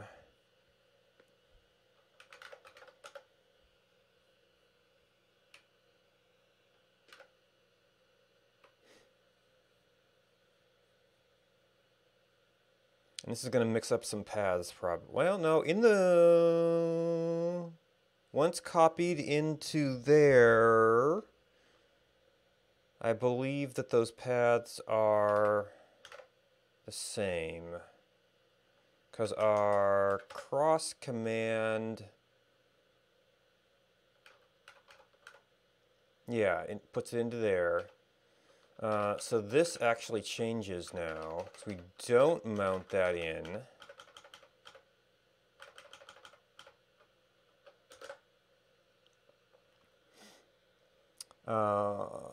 So that, oh no, that's in the build image.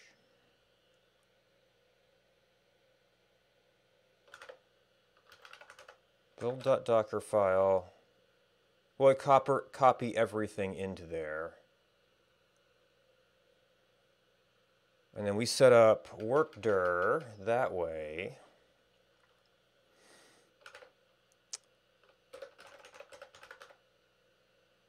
Cross.docker file, workdir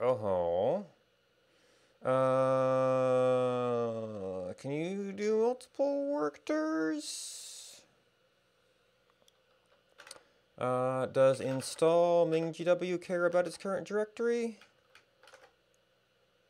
It does pretty much everything in temp. It doesn't really care.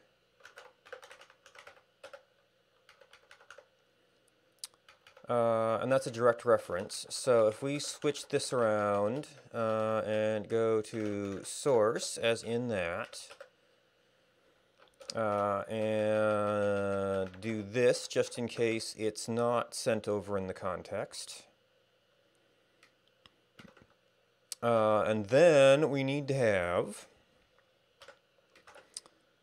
the command to build server.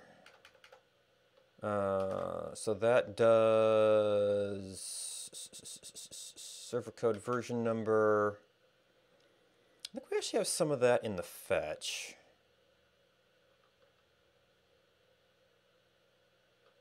Do we have a build client? Build test. So this is building on top of some other stuff. This might be better to pull from the Vagrant project. Because we got a build client cross, which was built around a mutable environment, so that's a little bit different. Docker cross context.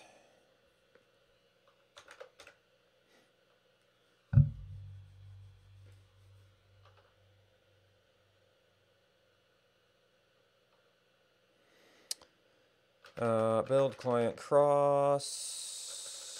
Build client cross. So we shouldn't have to clean here. So don't need that, don't need that, don't need that. We have to do the configure. We have to go to game source, make, and this was for getting DLLs out, which I don't think we need.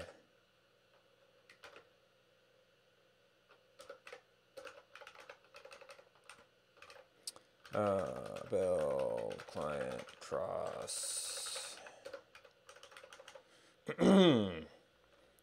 Our work dirt here is almost just one life.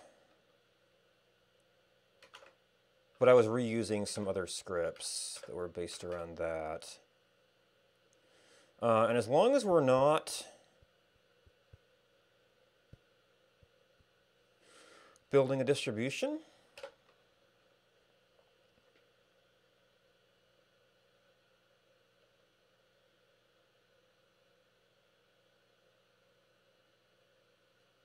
oh, this doesn't do the patches, but it's a start.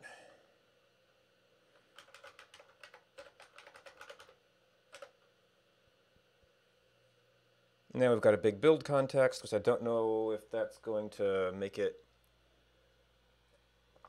redo everything. I mean, I don't think so. At least until you get to any build context stuff, which I might want to think about ordering if that's the case. Move, install MingW up and such. Well, that has to be after the context, doesn't it? Yeah.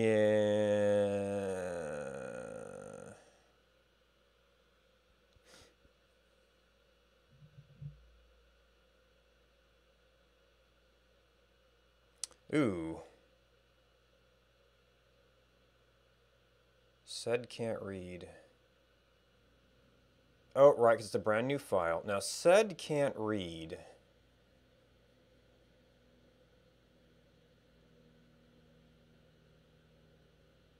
Means I messed something up in my fetch latest cross context, fetch latest tagged. Oh, you expected to be in source, didn't you?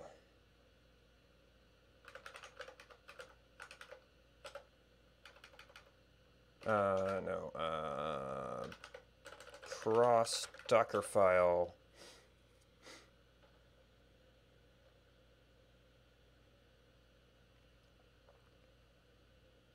Oh, actually, no, you're fine.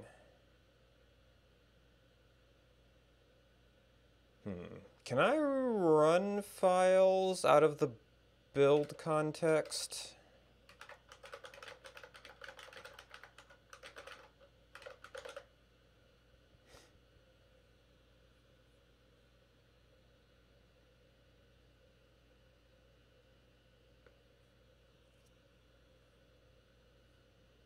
This is really Docker run, I guess. So this is Docker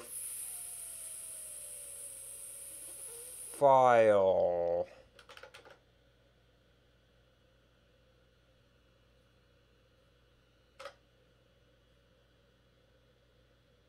Commands. Command line. Engine. No, it's Docker run again. Not the command line interface. File formats? Docker file?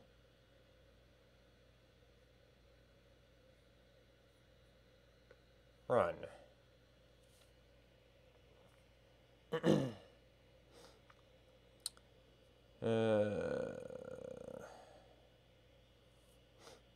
Run bin bash. Oh, maybe you're supposed to be using home instead of tilde.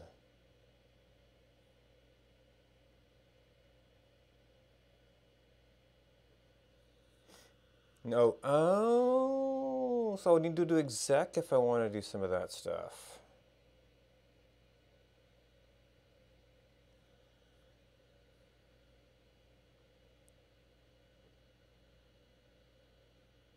Well, maybe one command.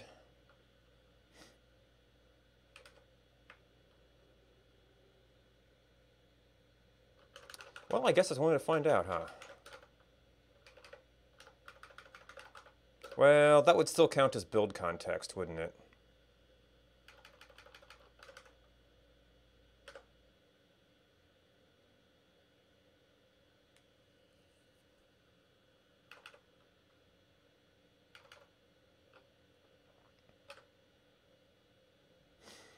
All right, we can try that.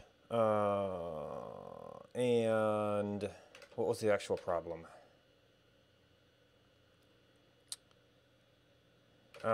We need to run this in a directory.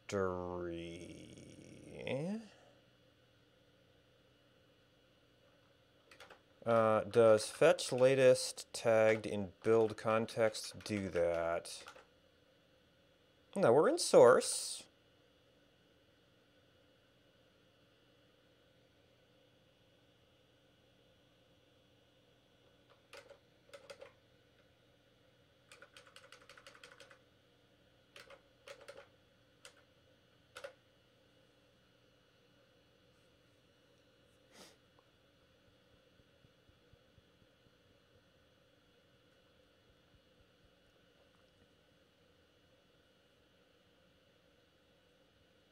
Okay, so that is a definite no. We have to have copied before we can run this, and it might consider the context to be different continually. Well, maybe not for repeated runs like this.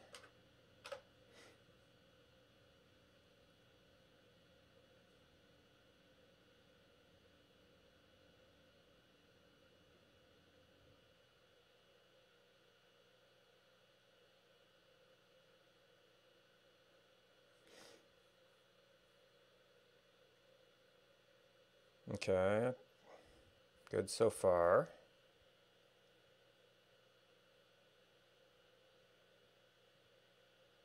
Said, can't read, no such file or directory.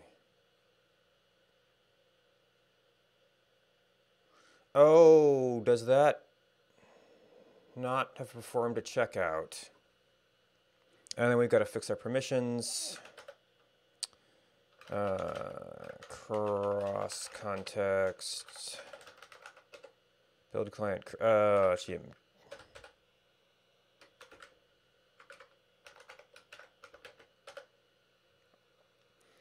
But what's up with sed?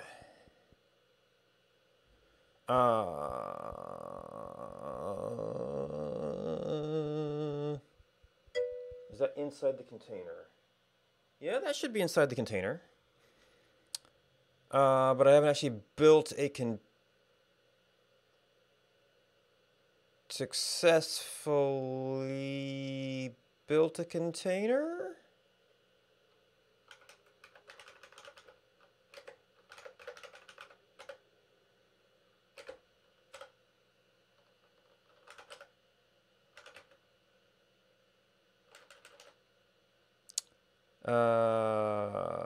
Yes, this has no source directory.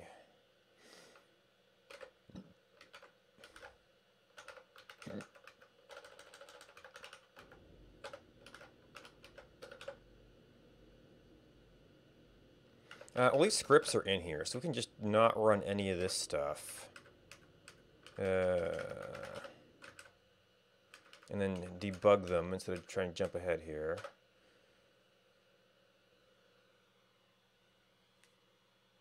I need more water.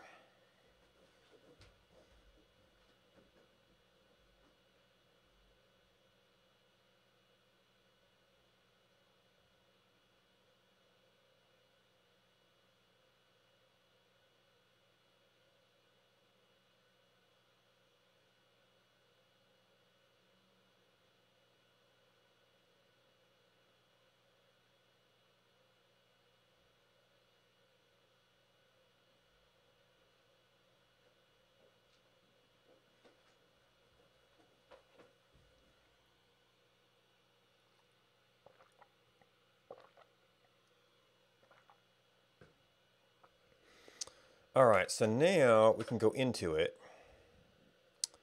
And we're in source.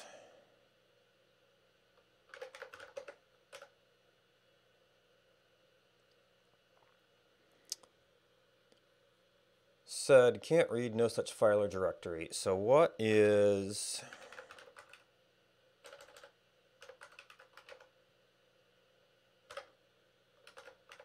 That's going to be this command, cd minor gems,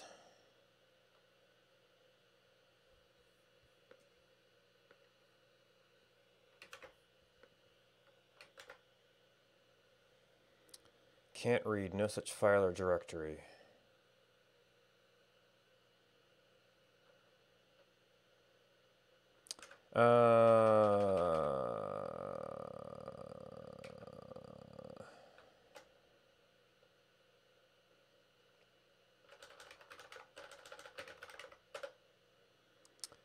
Okay. So what gives?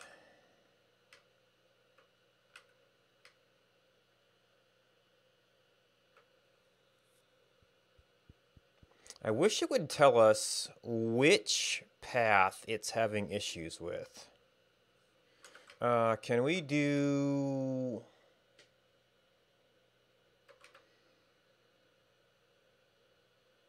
I don't know how to... I guess I could do a script.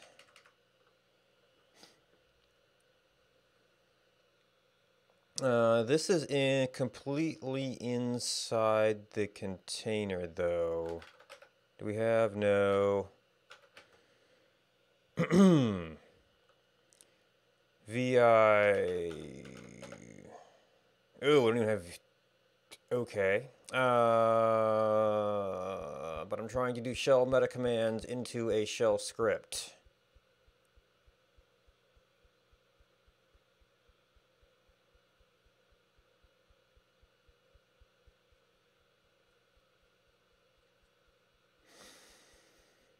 I've been thinking about doing merge directories on this, not about needing ability to edit stuff.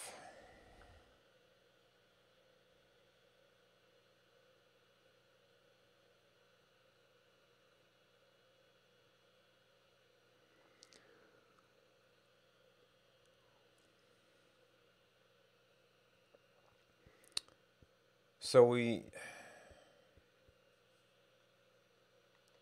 know it's getting a bunch of paths.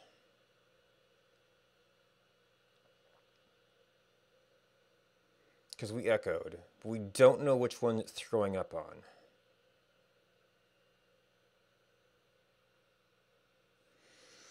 Alright, well.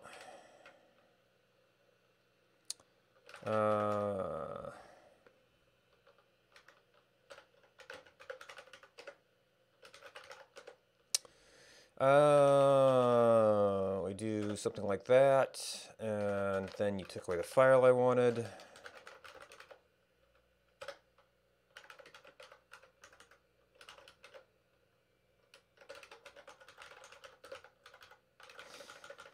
So we want to do, so it's like echo and sed, and then this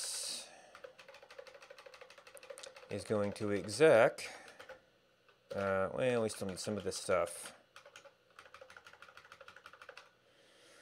When our own life, foo.sha. We could probably even do shell, so we don't have to worry about the attributes. Oops. And then we compile that so it's in the context, or in the container.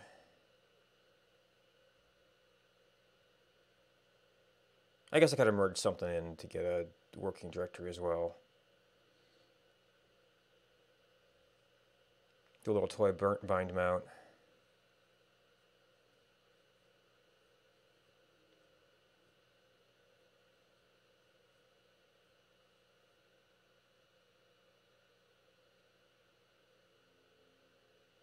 Yeah, it's installing every time.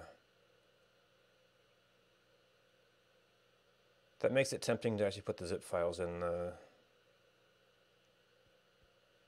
context or something.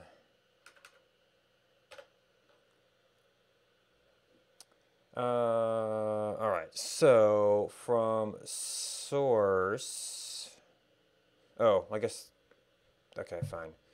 I didn't have that there.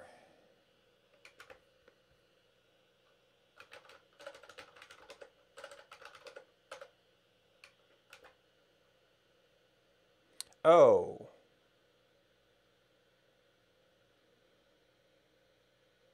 Well, no, you're a checkout.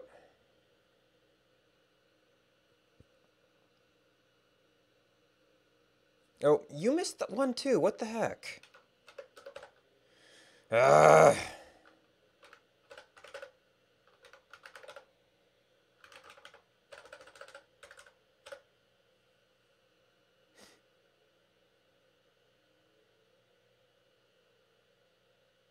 But it seems to be failing on the first file, which is weird.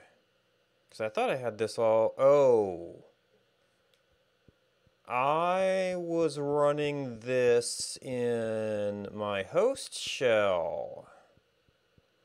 There's probably some annoying little differences in the sed on this system.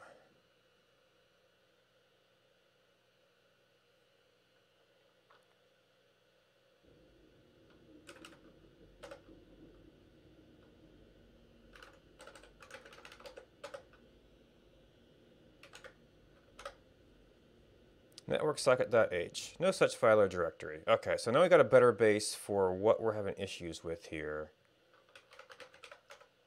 So sed minus I minus e. We should just copy this.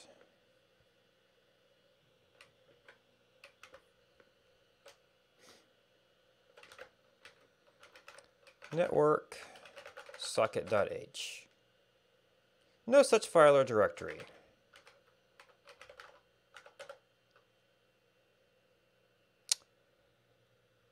Okay.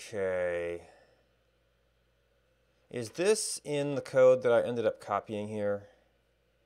From build context. I know I was messing around with this at one point. Or is this because it's reinterpreting characters? Nope. Okay. We should clean up our junk here. Or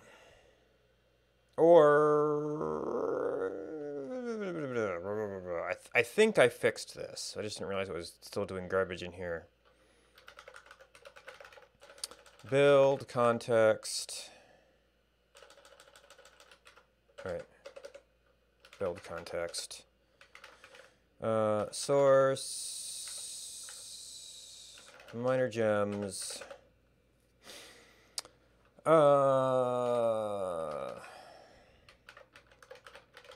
Get remove. Untracked files.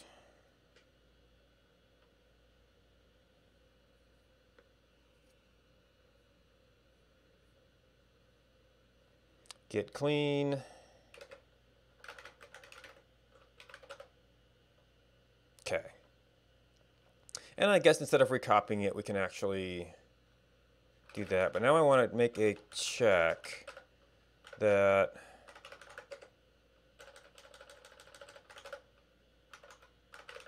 local fetch doesn't create those.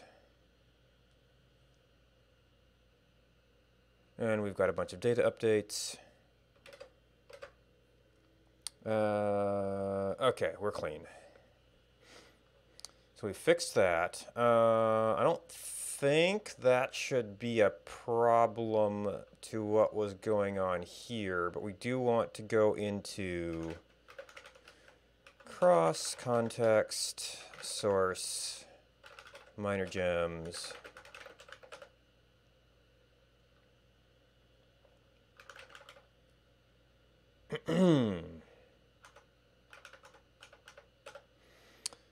All right, now back to work. See, minor gems, we were working on, what is it about this command that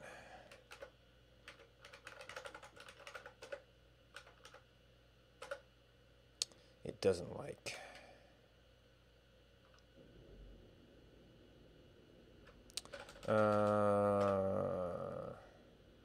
Okay, so that outputs it. Minus I is supposed to be the in place. I think.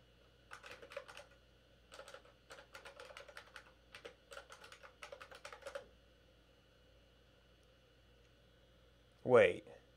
That did all the files? What? Oh, because I'm still in the build image that has less junk in it.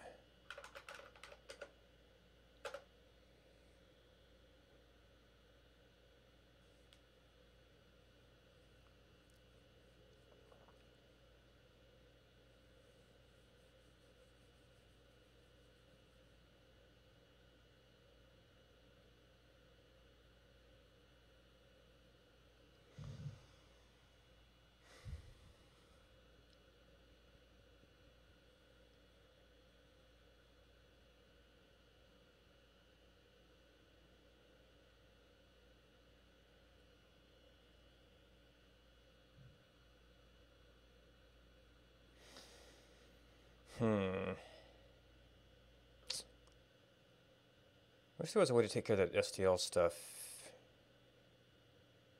Well, I could put all the zip files in my package, I guess. All right. All right, CD minor gems, LS network. There's no garbage there. How about... Ooh. There's no man. I mean, that makes sense for compact stuff, but geez. Minus I suffix in place equals suffix. Okay, so this is just a different syntax.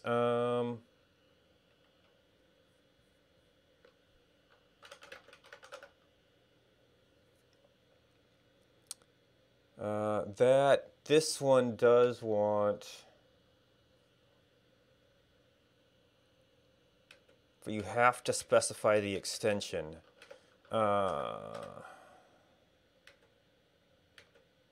And there is no in place option.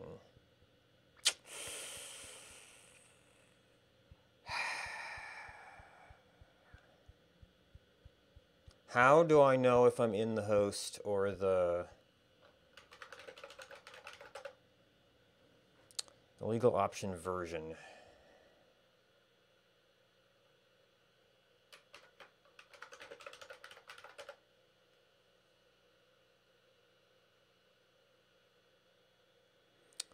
GNU said 4.2.2.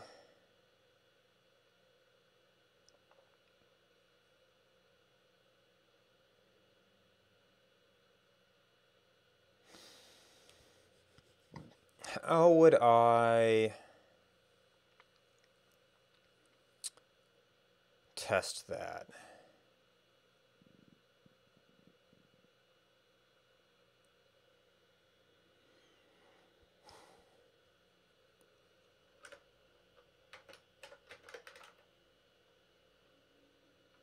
This doesn't even have a version.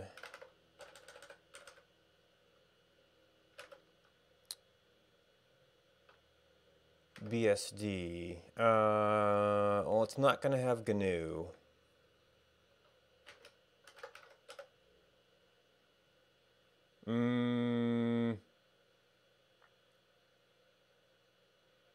Interesting that it only shows, oh, this only shows the lines.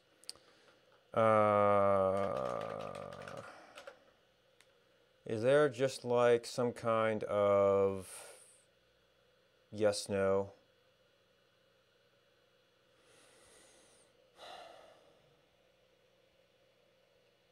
No messages.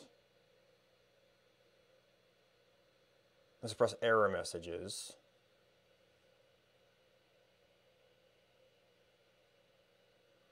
Output.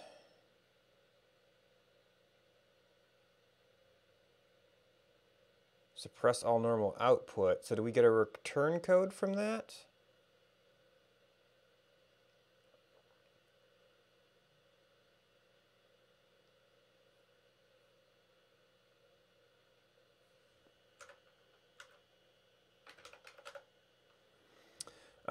And then what is 24? That would be process number. Error. Shell error code of last command. PowerShell. Power. This is probably bash, actually. Exit and status code.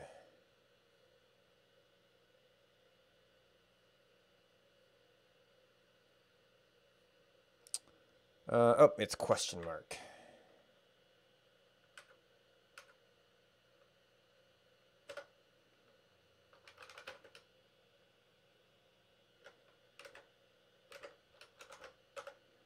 So you're a 1, and you're a 0. So I guess that's like error code is error not found in that thinking.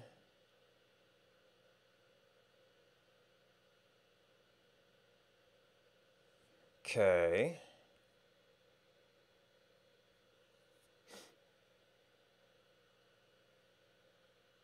Let's find out, let's verify that our entire command actually works here. If we do that, no, we need more like this.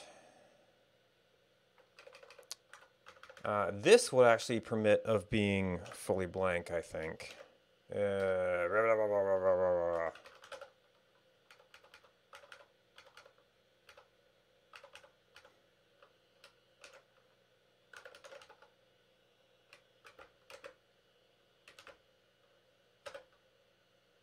Okay, so that doesn't complain. So now I need to work out, we've got some, I need to know how to run a command and get the command code in shell. Or is this run it and then use that variable?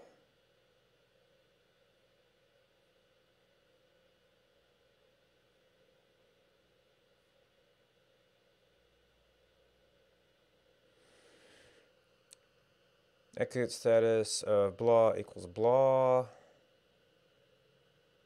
Blah, blah, blah.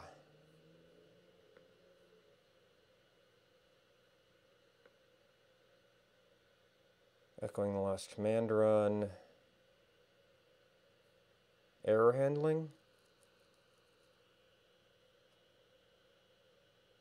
Error exit, no.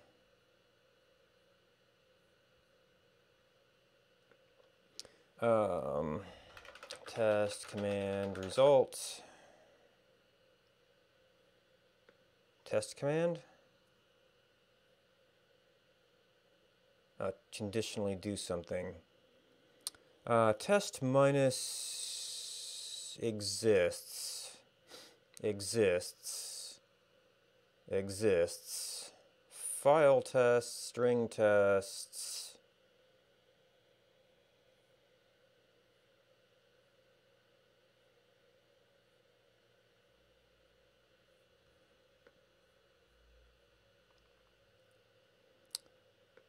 Additionally, do something if a command.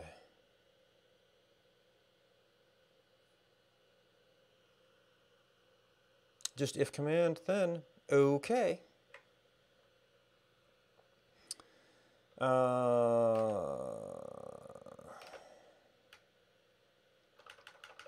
So we want to do if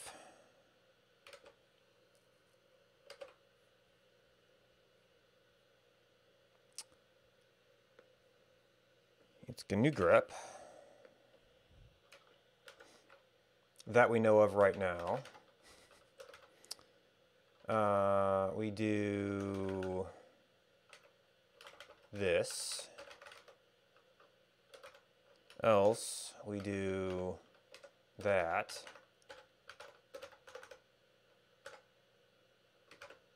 and then we should be done with you.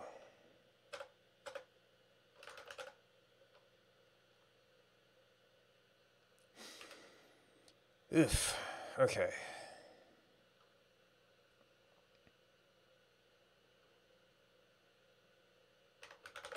So exit, compile. We'll go in there and run it and then make sure everything's good, and then we can actually make these part of the compile process. And oh man, it's getting late. Yeah, so I may have to switch over to uploading results somewhere myself and then loop back to getting the stgit stuff working.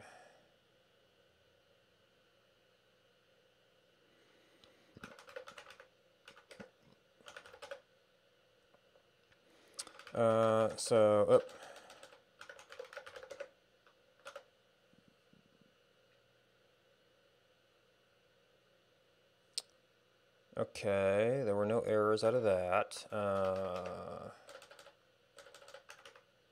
Not right, because it was... Oops. Where do we need to do that?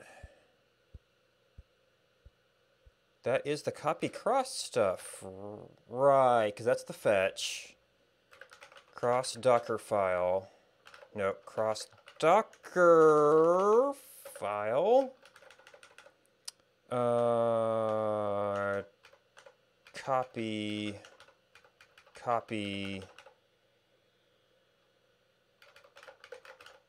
fetch latest tagged. Oh, I had that down here. How does this work in a world?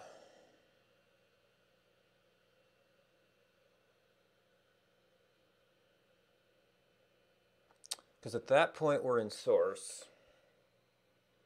So cross is down one. It's not the...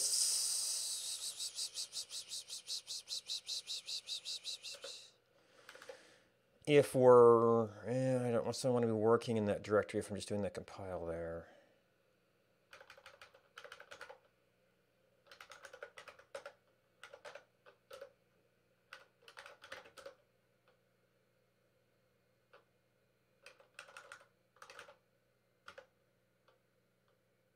Workdir is source, so this actually is up to cross.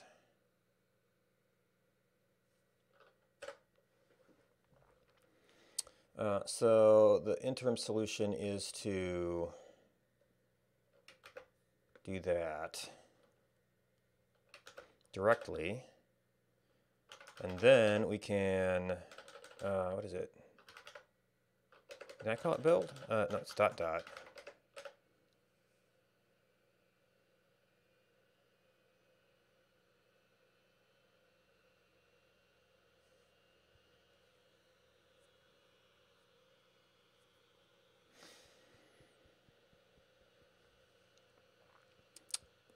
I guess the other option would be just put the cross stuff in the source.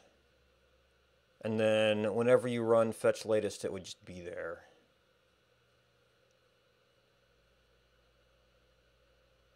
And that script would just always work.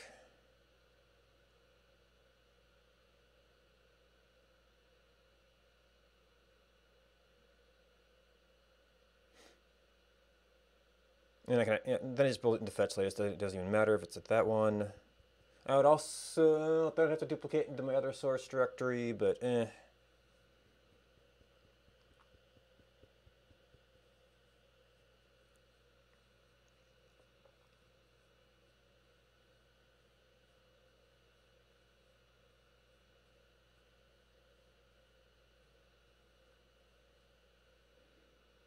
I guess I don't actually need all these PNG conversions for mine.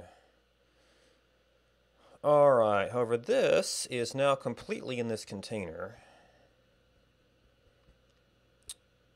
So until I like upload it somewhere or something, or merge somewhere in to do it,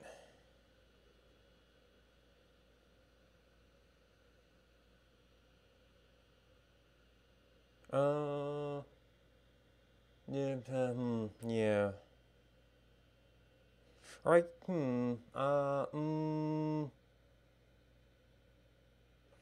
but merge, yeah, specifying a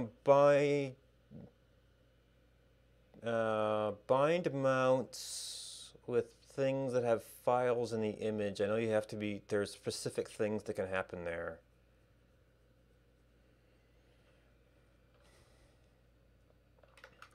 All right, so we've proven we're going to compile there.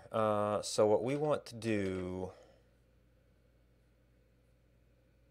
I guess the other one could always just use it from there if it was there. Cross context, we want to take this. We want to move it into source. So fetch latest tagged as we do minor gems.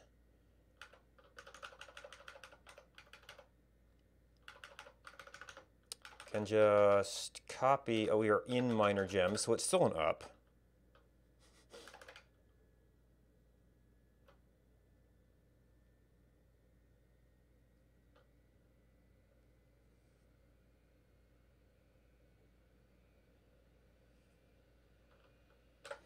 But it's a universal at least. Fetch, cross fetch, no longer needs to do this.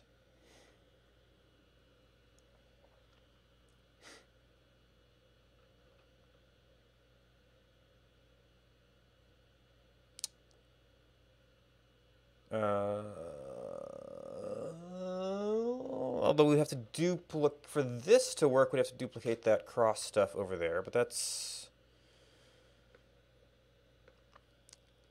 shouldn't change as much. So I was playing around, yeah, I think we actually did do a test build over there.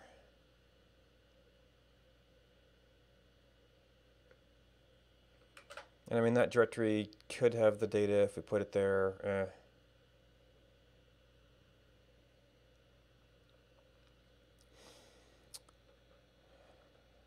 All right, so this, we just need to cross Docker file,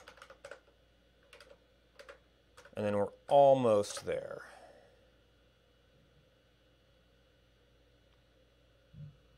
We just have to get our results out. Well, and apply the patches.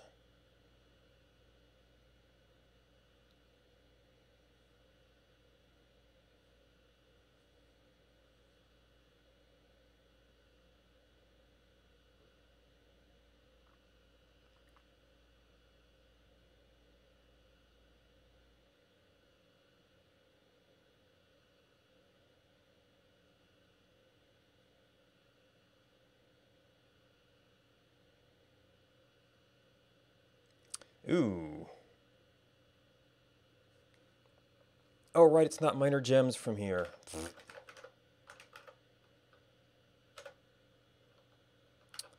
Because we're in minor gems.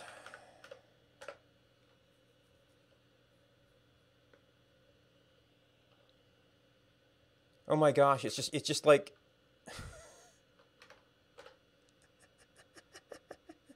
it's just... Can we try it again? No. Is it gonna work this time? Is it gonna work this time?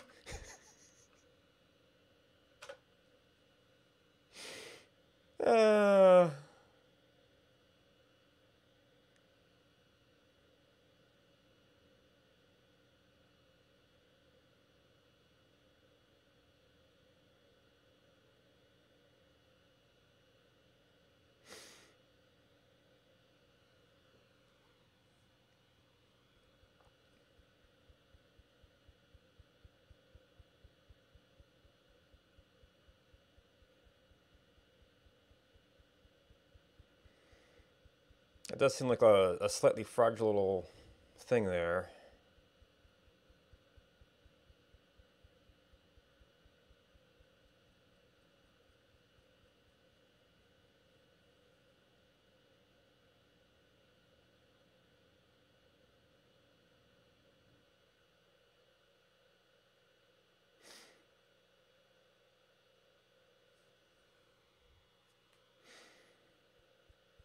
Well, actually, I mean, there might be a direct way to do this.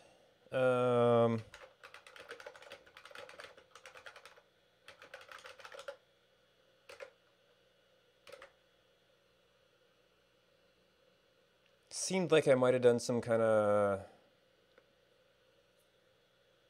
Docker copy.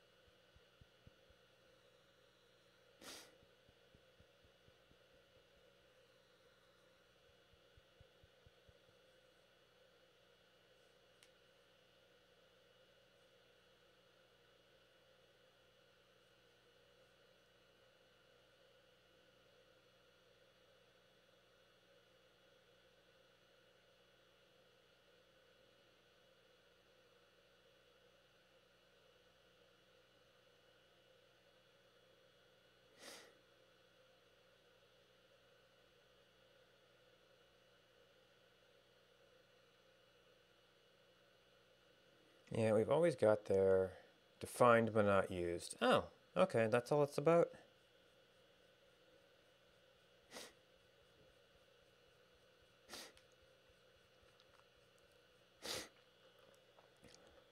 All right, so then we could do Docker copy. This was cross, whenever 1 life, source, 1 life, game source, 1 life.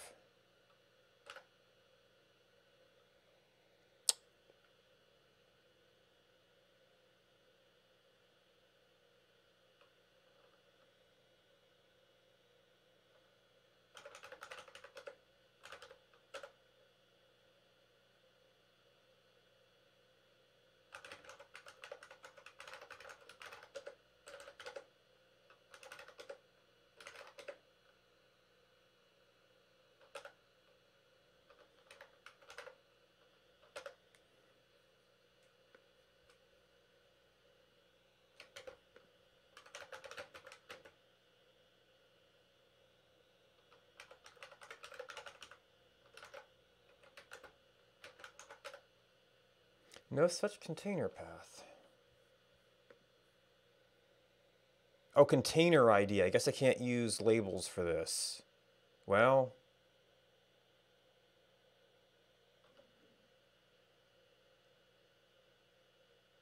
Oh, it has to be a running container.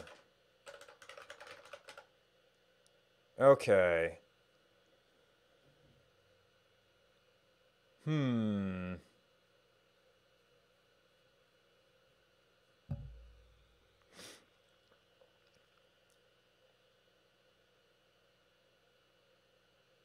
How does that work? So when I do my normal server run, I'm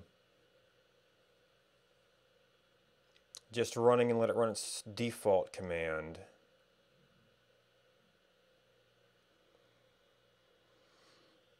Is there just like a...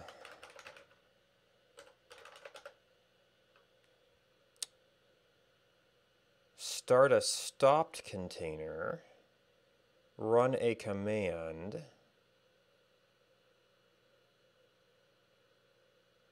attach.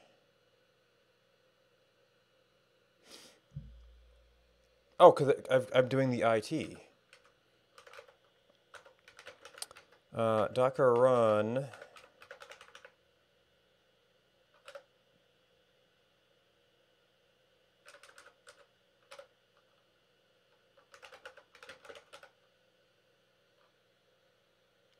Alright, I guess it would need a command, or there's not even a built-in command.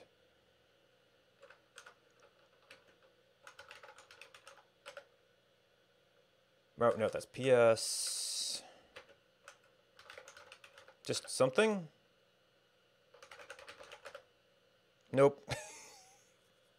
It runs and stops. All right, so that's not in fact a quick and easy way to do that.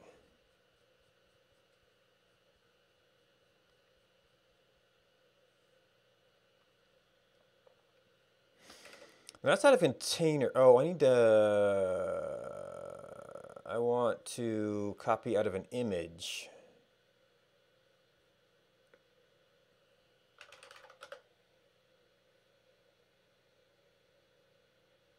Container from an image. Or copy works on.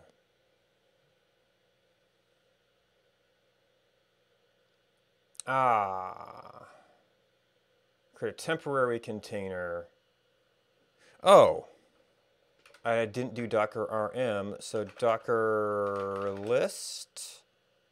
No.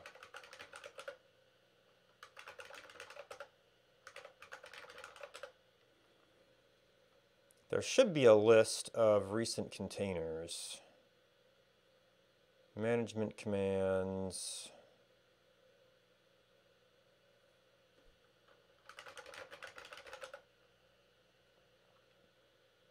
I guess those were topics.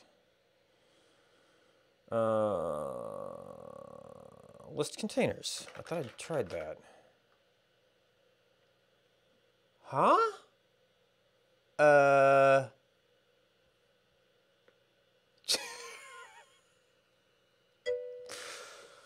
Great documentation.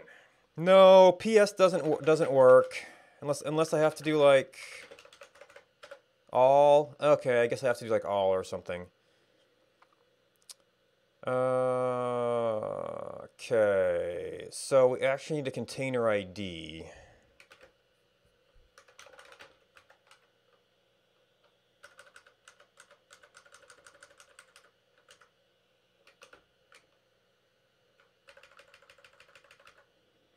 I don't know, I guess it only lists running ones by default.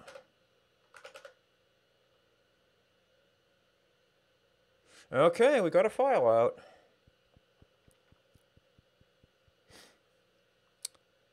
So that is a process that will do a, I mean, it isn't allowed to reuse build artifacts.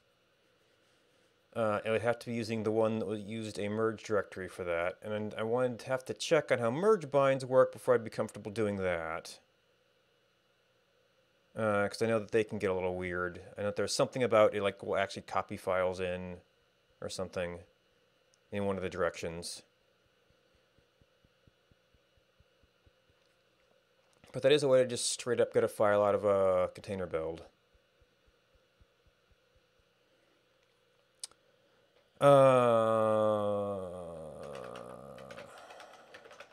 Is there like all filter last n created containers? Oh, latest created container includes all states.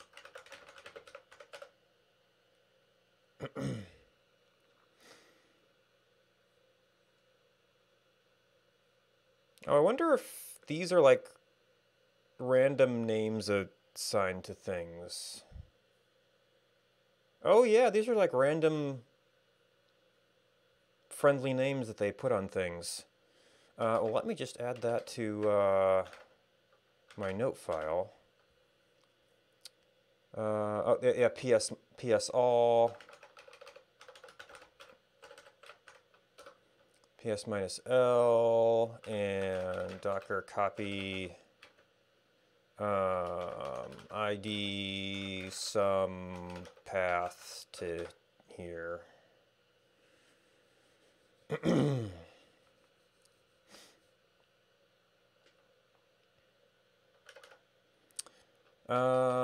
So this is not actually, yeah, we still have to work out, well, if we're not merging, if we're not doing the merge bind, the Windows bit, unless it's depreciated, is less of an issue if we're doing everything inside the container. Well, there's the build context. There's the build context.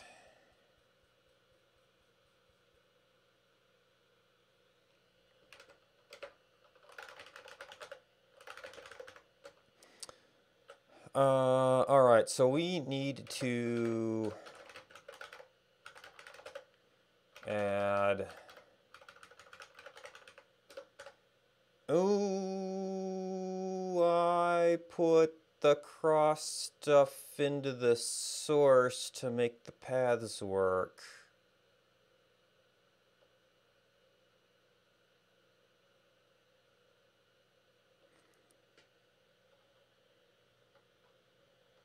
Okay, so the other way to do this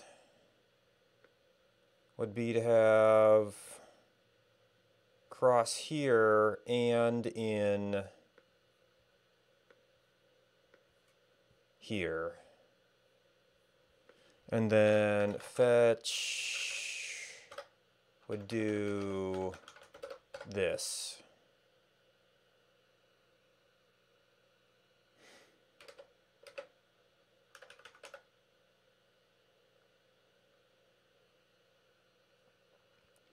Oh.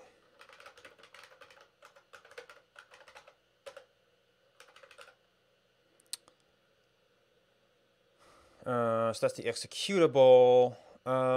Cross is just a copy, but we might need it if we want to do that stuff. And then all of the cross context stuff. Oh, we didn't even have our fetch latest here. Build client cross.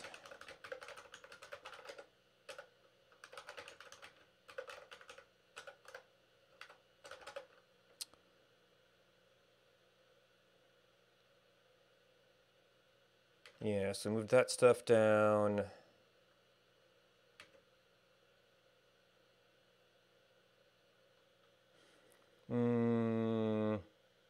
Yeah, we took out the bind mount there from doing local. Compile client in container. And then maybe I should actually have like a script that does that sort of create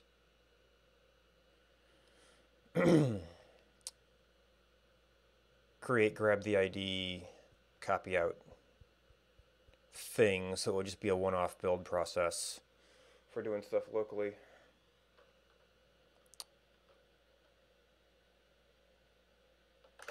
All right.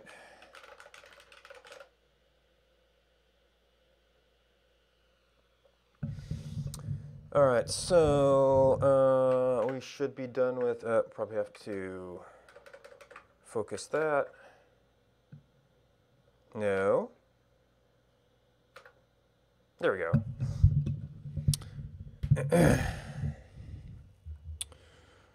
All right, so I got really caught up in stuff. Didn't start super early either.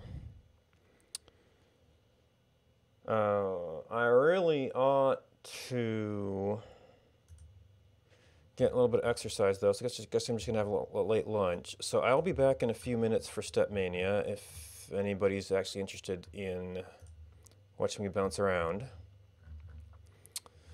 Thanks to Haskin TV, Kirk, Zuni, Joey Chef AP, Ruffalos, Lizzie Live, Secret List, Cat Knox, Gamer Siren, Instant Speed Live, Netmix Games, Just Be Phased, Asaret Gaming, Sturmius Leopard, and Dog and Lake for hosting me. Yeah, I'll have to drop stream for a few minutes to change settings, and then a few more minutes to get the mat set up, and then I will be back. Otherwise, goodbye. I am out this afternoon, and I hope to be back to, well, coding and 1 Hour 1 Life on Saturday. Bye for now.